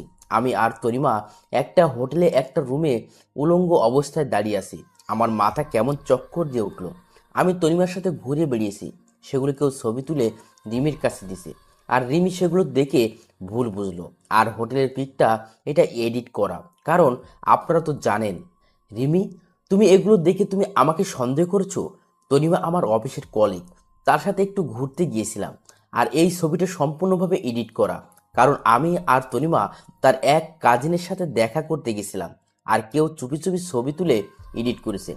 তুমি বিশ্বাস করো রিমি, তনিমা আমার কলিগ আর ফ্রেন্ড, তার বিষয় আর কিছুই না। কেউ প্ল্যান করে আমাদের সংসারটা নষ্ট করতে চেয়েছে। এত কিছু হওয়ার পরও তুমি আমাকে বিশ্বাস করতে বলছো? রিকশায় চড়া, জড়িয়ে ধরা, তাহলে সব এডিট করা বলো? রিমি, তুমি বিশ্বাস করো, আমার আর তনিমার মধ্যে সেরকম কিছুই নাই। তুমি বোঝার চেষ্টা করো রিমি, আমি শুধু তোমাকেই ভালোবাসি। তোমার জায়গায় আমি অন্য কাউকে জায়গা দেব তুমি ভাবলে কিভাবে? আমি অত কিছু শুনতে চাই না। আমি তোমার কাছে আর থাকবো না। তুমি একটা বিশ্বাসঘাতক। তোমাকে বিয়ে করে, তোমাকে বিশ্বাস করে ভুল করেছি আমি। তোমাকে আমি কি দেইনি? তোমাকে নিজের জীবনের চাইতেও আমি বেশি ভালোবাসতাম। আমি তো তোমার কাছ থেকে বেশি কিছু চাইনি, শুধু একটু ভালোবাসা চেয়েছি। আর ঘুমানোর জন্য তোমার বিশ্বস্ত বুকটাই চেয়েছিলাম। কেন তুমি এরকম করলে? আমি মনে হয় তোমাকে তোমার মতো ভালোবাসতে পারিনি। ওই মেয়েটা মনে তোমাকে খুব ভালোবাসে, তাই না? তবে তুমি চিন্তা করো না, তোমার আর তনিমার মধ্যে আমি বাধা হব না। পারলে আমাকে ক্ষমা করে দাও। তোমাকে নিজের করে রাখতে পারলাম না। বলে রিমি ব্যাগ আর জিনাতকে নিয়ে চলে গেল। আমি রিমিকে কয়েকবার ডাকলাম, কিন্তু রিমি শুনল না, সোজা রুম থেকে চলে গেল। রিমির কথা শুনে চোখ দিয়ে টপ টপ করে পানি পড়ছে। তুমি আমার কথা বিশ্বাস করলে না রিমি, তোমার দেখাটাই তুমি সত্য মনে করে নিলে। এর পিছনে আসল ঘটনাটা তুমি না জেনেই আমাকে ছেড়ে চলে গেলে। তুমি আমাকে বিশ্বাস করতে পারোনি। তোমার মেহেদি শুধু তোমাকেই ভালোবাসে, আর কাউকে না। হঠাৎ দেখি রিমি আবার রুমে আসলো। আমি রিমিকে দেখে মনে একটু শান্তি পেলাম। হয়তো রিমি তার ভুল বুঝতে পেরেছে। আমি চোখ মুছে রিমির দিকে তাকালাম। রিমি দৌড়িয়ে এসে আমাকে শক্ত করে জড়িয়ে ধরলো। আমিও রিমিকে জড়িয়ে ধরলাম। আমি জানতাম তুমি ফিরে আসবে, কারণ তোমাকে ছাড়া আমি থাকতে পারবো না, আর তুমিও পারবো না আমাকে ছেড়ে। হঠাৎ রিমি আমাকে এক ঝটকায় দূরে সরিয়ে দিল, আর কাছে সে আমার কপালে একটা চুমু দিয়ে আবার চলে গেল। আমি এক জায়গায় নীরব হয়ে দাঁড়িয়ে আছি। আমার হাঁটার কোনো শক্তি নেই। আমি বিছানার উপর বসে পড়লাম, আর কান্না যেন থামছে না, অনবরত চোখ দিয়ে পানি বের হয়ে যাচ্ছে। তারপর রুমে মা আসলো। তোর জন্য আমার মেয়েটা আজ বাড়ি থেকে চলে গেল। তোকে নিজের ছেলে ভাবতেও লজ্জা হচ্ছে। তুই কেমন করে পারলি এমন একটা কাজ করতে? রিমি তোকে কত ভালোবাসে, আর তুই বাইরের একটা মেয়ের সাথে। ছি ছি। মায়ের পা জড়িয়ে ধরে, মা তুমি বিশ্বাস করো, ওই মেয়ের সাথে আমার কোনো সম্পর্ক নেই। তোমরা আমাকে ভুল বুঝছো। আমি শুধু রিমিকেই ভালোবাসি। রিমিকে ছাড়া আমি থাকতে পারবো না মা। আমার জন্য রিমি আমাকে ভুল বুঝলো। আমাকে ক্ষমা করে দাও মা। তোকে বিশ্বাস করতেও আমার ভয় হচ্ছে। তুই যেদিন আমার মেয়েটাকে ফেরত নিয়ে আসবি সেদিন আমি তোকে ক্ষমা করব, তার আগে না। তাই বলে মা রুম থেকে চলে গেল, আর আমি বসে বসে অযথরায় কান্না করছি। মা তুমিও আমাকে ভুল বুঝলে। আমি এই আপনজনের অবহেলা আর সইতে পারছি না। তারপর না খেয়েই ছাদে চলে আসলাম। আজ জ্যোৎস্নার রাত কত সুন্দরভাবে আলো ছড়িয়ে দিচ্ছে। শুধু আমার মনের ভিতর অন্ধকার হয়ে আছে, আর সেখানে ঘুরে বেড়াচ্ছে কারো ভুল বুঝে ছেড়ে যাওয়ার কষ্ট, আর কারো অবহেলা। সারা রাত চাঁদের দিকে তাকিয়ে রাতটুকু পার করে দিলাম, আর অনবরত চোখ দিয়ে পানি পড়ছে। খুব কষ্ট হচ্ছে। আমার মনে হচ্ছে এই জীবনটা যদি এখনই থেমে যেত তাহলে আমাকে আর কষ্ট পেতে হতো না। এভাবে রিমির কথা ভাবতে সকাল হয়ে গেছে। এখনো ছাদে বসে আছি। আজ আর অফিস যাব না। কি হবে অফিসে গিয়ে? যার সুখের জন্য চাকরি করতাম সেই যদি আজ না থাকে তাহলে কি হবে অফিস গিয়ে? সারাদিন রুমে বসে কাটিয়ে দিলাম। কাল সকাল থেকে কিছু খাওয়া হয়নি, তাই বিকেলের সময় একটু নিচে গিয়ে দেখি মা বসে আছে। মা কিছু খেতে দাও, খুব ক্ষুধা হয়েছে। রান্না হয়নি আগে। তুই আমার মেয়েটাকে নিয়ে আসবি, তারপর তুই এই বাড়ির খাবার পাবি, তার আগে না। আমি আমার রুমে চলে আসলাম। খুব কষ্ট হচ্ছে মার কথা শুনে। অনেক শূন্য শূন্য লাগছে রিমিকে ছাড়া। রিমিকে ছাড়া আমার জীবন শূন্য। রিমিকে আমার কাছে ফিরে নিয়ে আসতেই হবে। আমি তখনই শার্ট প্যান্ট চেঞ্জ করে বাইরে বেরিয়ে আসল উদ্দেশ্যে রিমিদের বাড়িতে আগে কিছু খেয়ে নিতে হবে। তাই একটা রেস্টুরেন্টে গিয়ে কিছু খাবার খেয়ে চলে আসলাম বাস স্ট্যান্ডে। একটা টিকিট কাটলাম ঝিনাইদহ টু চাঁদপুর। কিছুক্ষণ পর বাস চলে আসলো। আমি বাসে উঠে বসে পড়লাম। বাস চলতে থাকলো, আর আমি রিমির কথা ভাবতে ভাবতে কখন যে ঘুমিয়ে পড়েছি নিজেই জানি না। হঠাৎ বাসের হেলপারের কথায় ঘুম ভেঙে গেল। চাঁদপুরে চলে এসেছি, আমার সেই পরিচিত শহর যেখানে রিমির ভালোবাসা পেয়েছিলাম। আমি হাঁটতে হাঁটতে রিমিদের বাসার সামনে চলে এসেছি। রিমিদের বাসায় কলিং বেল বাজলাম। কিছুক্ষণ পর রিমি মা দরজা খুলে দিল। বাবা মেহেদি, তুমি এখন এই সকালবেলা? তারপর আমি সালাম দিয়ে ভালো মন্দ জিজ্ঞাসা করলাম। রিমির মার সাথে কিছু কথা বলে আমি রিমির রুমে গিয়ে দেখি রিমি হাঁটু ভাঁজ করে মাথা নিচু করে বসে আছে। আমি রিমিকে ডাক দিলাম। রিমি মাথা তুললো। আমি রিমিকে দেখে রীতিমতো ভয় পেয়ে গেছি। রিমির চোখ লাল হয়ে আছে, আর চোখ দুটা ফুলে আছে, আর আমার ছোট রাজকন্যা বিছানায় ঘুমিয়ে আছে। তুমি এখানে কি করতে এসেছো? তোমার মতো একটা বিশ্বাসঘাতকের সাথে আমার কোনো সম্পর্ক নেই। কেন এসেছো তুমি এখানে? তোমাকে নিয়ে যেতে এসেছি রিমি, তুমি প্লিজ চলো আমার সাথে। তোমাকে ছাড়া আমার জীবনটা একদম শূন্য শূন্য লাগছে। কাল সারা রাত ঘুমাইনি, তুমি পাশে ছিলে না তাই। কাল সারাদিন কোনো খাবার খাইনি, শুধু তুমি পাশে নাই। প্লিজ চলো আমার সাথে। তোমাকে ছাড়া জীবনটা কেমন অসম্পূর্ণ লাগছে। আজ সারাদিন তোমার কথা ভেবেছি, তুমি কখন ফিরে আসবে আমার কাছে। প্লিজ তুমি চলো আমার সাথে। আমি তোমার কোনো কথা শুনতে চাই না। তোমার কোনো কথা বিশ্বাস করি না। কেন? তোমার তো খুশি হওয়ার কথা। তোমার আর ওই মেয়েটার মধ্যে কোনো রিমি নামে কেউ বাধা নেই। আর তুমি কেন এসেছো এখানে? তুমি এখনই চলে যাবে এ বাড়ি থেকে। আমি রিমির হাত ধরে বললাম, প্লিজ রিমি, তুমি একবার চলো আমার সাথে। আমাকে তুমি একবার বিশ্বাস করো। তোমাকে ছাড়া আমি থাকতে পারবো না। তোকে কতবার বলবো তোর মতো একটা বিশ্বাসঘাতকের সাথে আমার কোনো সম্পর্ক নেই। তুই স্বামী নামে কলঙ্ক। তোর স্বামী হওয়ার কোনো যোগ্যতা নেই। তুই আর কোনোদিন আমার সামনে আসবি না। আর যদি কোনোদিন তোর ওই নোংরা চেহারা আমাকে দেখাবি না। যদি আবার আমার সামনে আসিস তাহলে আমার আর আমার মেয়ের মরা মুখ দেখবি। আমার বিশ্বাস হচ্ছে না রিমি আমাকে চড় মারলো। আমার চোখ দিয়ে অযোধ্যায় পানি বের হচ্ছে। আমি এককভাবে এক জায়গায় দাঁড়িয়ে আছি, কোনো কথা বের হচ্ছে না। খুব কষ্ট হচ্ছে। রিমি তার সামনে আসতে মানা করেছে বলে। ঠিক আছে, আর কোনোদিন তোমার সামনে আসবো না। আমার এই নোংরা চেহারা তোমাকে দেখাবো না। তবে হ্যাঁ, তুমি যা দেখেছো শুনেছো সবটাই ভুল ছিল, সবটাই মিথ্যা ছিল। তোমাকে আমি এখনো ভালোবাসি, আর এর পরেও একইভাবে ভালোবাসবো। তুমি যখন তোমার ভুল বুঝবে তখন আমার কাছে ফিরে আসতে পারো। যদি বেঁচে থাকি তাহলে অবশ্যই তোমাকে কাছে টেনে নেব, অপমান করে ফিরিয়ে দেব না। তাই বলে আমি আমার ছোট পরিটার দিকে এগিয়ে গেলাম একটু কপালে চুমু দেব বলে। তখন রিমি বলল, তোর এই নোংরা শরীরে আমার মেয়েকে টাচ করবি না। যদি করিস তাহলে আমি আমার মেয়েকে নিজের হাতে খুন করব। আমি রিমির কথা শুনে সাথে সাথে দাঁড়িয়ে পড়লাম আর আমার মেয়েটাকে দেখে রুম থেকে বেরিয়ে পড়লাম। রিমির কথা শুনে প্রচণ্ড কষ্ট হচ্ছে, মনে হচ্ছে কোনো বড় পাথর আমার বুকের ওপরে রেখে দিয়েছে। রিমিদের বাড়ি থেকে বেরিয়ে আনমনে রাস্তা দিয়ে হাঁটছে আর চোখ দিয়ে টপ টপ করে পানি পড়ছে। আমি আবার বাস স্টেশনে চলে আসলাম আর একটা টিকিট কেটে ঝিনাইদার উদ্দেশ্যে চলে আসলাম। বাড়ি যেতে খুব কষ্ট হচ্ছে, কারণ রিমির সব স্মৃতি রয়েছে এ বাড়িতে। আর মাকে কি জবাব দিব যে তার বৌমাকে ফিরিয়ে নিয়ে আনতে পারেনি।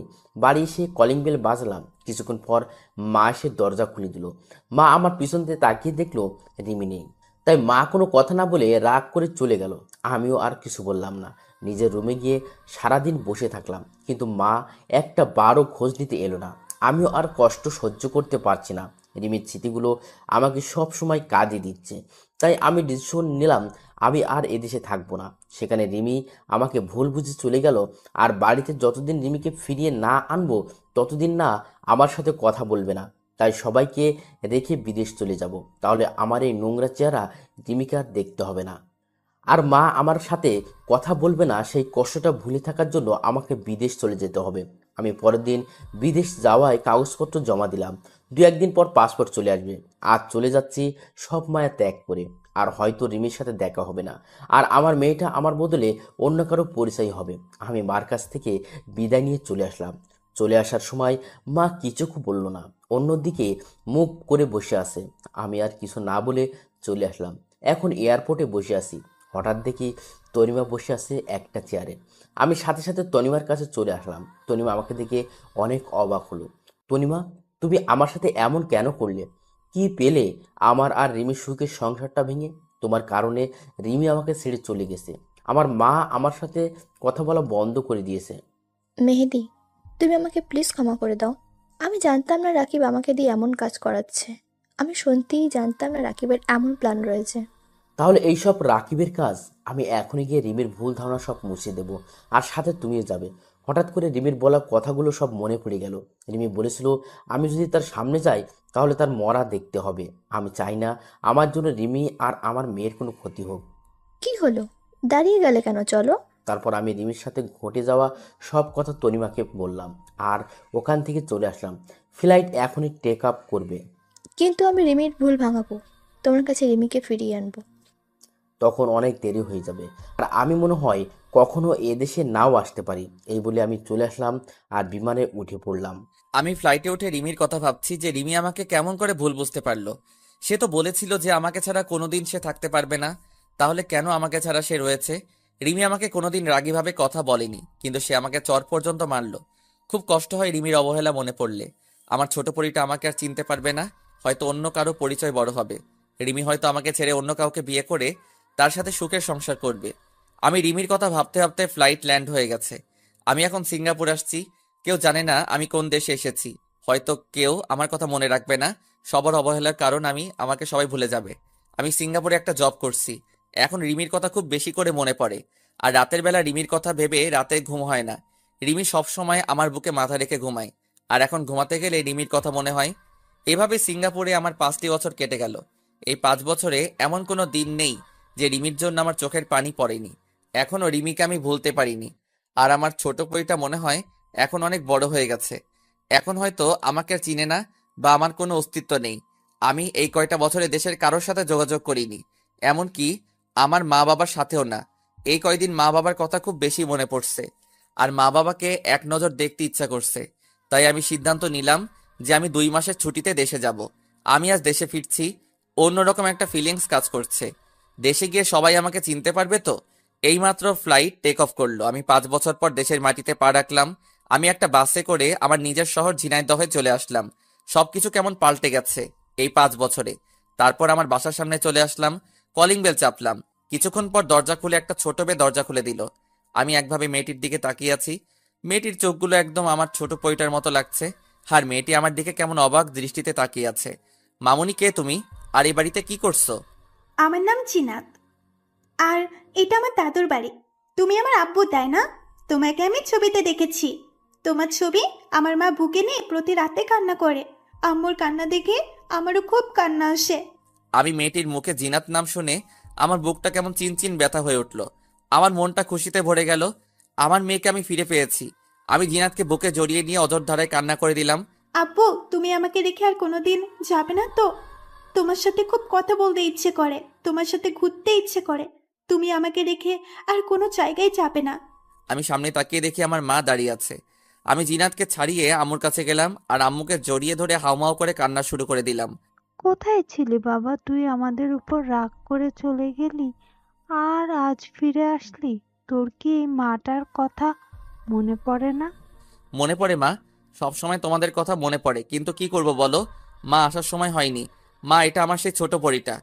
হুম, তোর মেয়ে আর আমার দাদু ভাই। মা, রিমি কেমন আছে? আর রিমি কোথায় মা? তুই চলে যাবার পরের দিন রিমি এখানে এসে তোকে না পেয়ে মেয়েটা খুব কান্না করেছে। রিমি উপরের রুমে আছে। হুম, যা নিজের রুমে যা, ফ্রেশ হয়ে নিয়ে খাবার খেতে আয়। আমি জিনাতের কপালে একটা চুমু খেয়ে আমি সেই পুরনো রুমে চলে আসলাম, যেখানে আমার আর রিমির সুখের দিনগুলো কাটিয়েছিলাম। আমি আস্তে আস্তে রুমে ঢুকে দেখি রিমি আলমারিতে কাপড় গুছিয়ে রাখছে। আমার রুমে আসার হালকা শব্দ শুনে পিছনে ঘুরলো। রিমি আমাকে দেখে কেন এক দৃষ্টিতে তাকিয়ে আছে। আমি রিমির দিকে তাকিয়ে রীতিমতো ভয় পেয়ে গেলাম। রিমি আগের থেকে অনেক শুকিয়ে গেছে আর চোখ দুটো ভিতরে ঢুকে গেছে। খুব কষ্ট হলো রিমিকে দেখে। এবার রিমির চোখ টলমল হতে শুরু করলো। রিমির চোখ দিয়ে অঝোর ধারায় পানি পড়তে লাগলো। আমি রিমিকে দেখে আবার রুম থেকে বাইরে চলে আসতে যাব, তখন রিমি দৌড়িয়ে এসে আমার পা দুটো জড়িয়ে ধরে কান্না করতে লাগলো। মেহেদি, তুমি আমাকে মাফ করে দাও। আমি তোমাকে ভুল বুঝে তোমাকে অনেক কষ্ট দিয়েছি। তোমাকে ছাড়া আমি প্রতিটা রাত নির্ঘুম কেটেছে। তোমার বুকে মাথা না দিলে আমার ঘুম হতো না, তাই প্রতিটা রাতে আমার চোখের পানি দিয়ে বালিশ ভেজাতাম। আমি রিমিকে তুলে বললাম, তুমি তো বলেছিলে কোনোদিন যেন তোমার সামনে না আসি। আমি তো একটা বিশ্বাসঘাতক, আমার চেহারাটা নোংরা, আর তুমি আমার মতো একটা নোংরা ছেলের পা ধরেছো। আমি তো নোংরা, আমার পা ধরলে তোমার শরীরও নোংরা হয়ে যাবে, তাই আমাকে ছেড়ে দাও। রিমি এবার কোনো কথা বলছে না, চুপ করে মাথা নিচু করে দাঁড়িয়ে আছে, আর চোখ দিয়ে টপ টপ করে পানি পড়তে থাকলো। আমি ব্যাগটা রেখে ফ্রেশ হতে চলে গেলাম। আমি ফ্রেশ হয়ে এসে দেখি রিমি সেই একই জায়গায় মাথা নিচু করে দাঁড়িয়ে আছে। আমি কোনো কথা না বলে নিচে চলে আসলাম খাবার খেতে। আমি, মা আর জিনাত খেতে বসলাম। জিনাতকে আমার পাশে বসিয়ে দিলাম। আমি খাচ্ছি আর জিনাতকে খাইয়ে দিচ্ছি। রিমি আসলো আর আমি খাবার টেবিল থেকে উঠে পড়লাম। তারপর আমি রুমে এসে শুয়ে আছি। তখন জিনাত আসলো। জিনাত আমার পাশে শুয়ে পড়লো আমাকে জড়িয়ে ধরে। কিছুক্ষণ পর রিমি এসে আমার পাশে শুতে গেল, আর তখনই আমি সরে গিয়ে জিনাতকে মাঝখানে রাখলাম। রিমি আমার দিকে কেমন মলিন দৃষ্টিতে তাকিয়ে রইল। মনে হচ্ছে এখনই চোখ দিয়ে টপ টপ করে পানি পড়বে। তারপর আমরা ঘুমিয়ে পড়লাম। সকালে উঠে দেখি রিমি বিছানায় নেই। আমি ফ্রেশ হয়ে নাস্তা করে বাইরে ঘুরতে বের হলাম, উদ্দেশ্য রাজুর বাড়ি। আমি রাজুর বাসায় গিয়ে রাজুর সাথে দেখা করলাম। রাজু আবার বিয়ে করেছে। আমরা সারাদিন আড্ডা দিয়ে বাড়ি চলে আসলাম। আমি বাড়ি আসার সাথে সাথে আমার ছোট পরিটা আমাকে জড়িয়ে ধরলো। আমি রিমির সাথে একটা কথাও বলিনি। অবশ্য কয়েকবার রিমি আমার সাথে কথা বলার চেষ্টা করেছে, আমি এড়িয়ে গেছি। রাতে ঘুমানোর আগে একটু ছাদে আসলাম। কিছুক্ষণ পর রিমি আসলো আর আমাকে পিছন থেকে জড়িয়ে ধরলো। আমি ছাড়িয়ে নেওয়ার সাথেই আবার সামনে থেকে জড়িয়ে ধরলো। প্লিজ, তুমি আমাকে মাফ করে দাও। তোমাকে ছাড়া আমার খুব কষ্ট হয়। কাল তুমি যখন আমার পাশে না ঘুমিয়ে অন্য পাশে ঘুমালে, তখন মনে হলো আমার জীবনটা কেউ ছিনিয়ে নিয়েছে। প্লিজ আমাকে ক্ষমা করে দাও। রিমি আমাকে শক্ত করে জড়িয়ে ধরে কান্না করে বলল। আমিও আর নিজেকে শক্ত করে রাখতে পারলাম না। আমিও রিমিকে জড়িয়ে ধরলাম। রিমি এবার হাউমাউ করে কান্না শুরু করে দিল। আমিও তো তোমাকে অনেক ভালোবাসি। তোমাকে বোঝানোর জন্য তোমার সাথে এমন নাটক করলাম। তোমাকে কষ্ট দিয়ে আমিও খুব কষ্ট পেয়েছি। তোমার চোখের পানি যে আমার সহ্য হয় না। আপনজন যখন অবহেলা করে তখন কি পরিমাণ কষ্ট হয়, তাই তোমাকে বোঝানোর জন্য তোমার সাথে এমন করলাম। তারপর রিমির কপালে একটা চুমু দিয়ে নিচে আসতে যাব, তখন রিমি বলল আমাকে কোলে করে নিয়ে যেতে হবে। আমি কিছু না বলে রিমিকে কোলে তুলে নিলাম, আর রিমি আমার গলা জড়িয়ে ধরে রাখলো। তারপর রুমে এসে বিছানায় শুয়ে পড়লাম। তখন জিনাত এসে বলল, আব্বু, তুমি আমাকে রেখে শুয়ে পড়লে? তোমার সাথে আর কথা নেই। মামনি, তোমাকে রেখে আমি কখনো ঘুমাতে পারি? আসো মামনি। তাই বলে জিনাত আমাকে জড়িয়ে ধরে শুয়ে পড়ল। এবার আমি রিমির দিকে তাকিয়ে দেখি রিমি রেগে চোখ লাল হয়ে আছে। রিমি এবার রেগে জিনাতকে ছাড়িয়ে রিমি আমাকে জড়িয়ে ধরল। এদিকে জিনাত কান্না শুরু করে দিল, আর জিনাত তার মাকে ছাড়িয়ে আমাকে জড়িয়ে নিল। এখন মামের মাঝখানে আমি পড়ে গেছি। আগে একটা বাচ্চা সামলাতে হয়রানি হতো, আর এখন দুইটা বাচ্চা সামলাতে আমার যে কি হবে আমি নিজেই জানি না। তারপর জিনাত আমার বুকের ডান পাশে আর রিমি আমার বুকের বাম পাশে মাথা দিয়ে শুয়ে পড়ল। আমাদের আবার সুখের সংসার ফিরে এসেছে। এখন মামের পাগলামি দেখতে দেখতে আমার দিন কেটে যায়।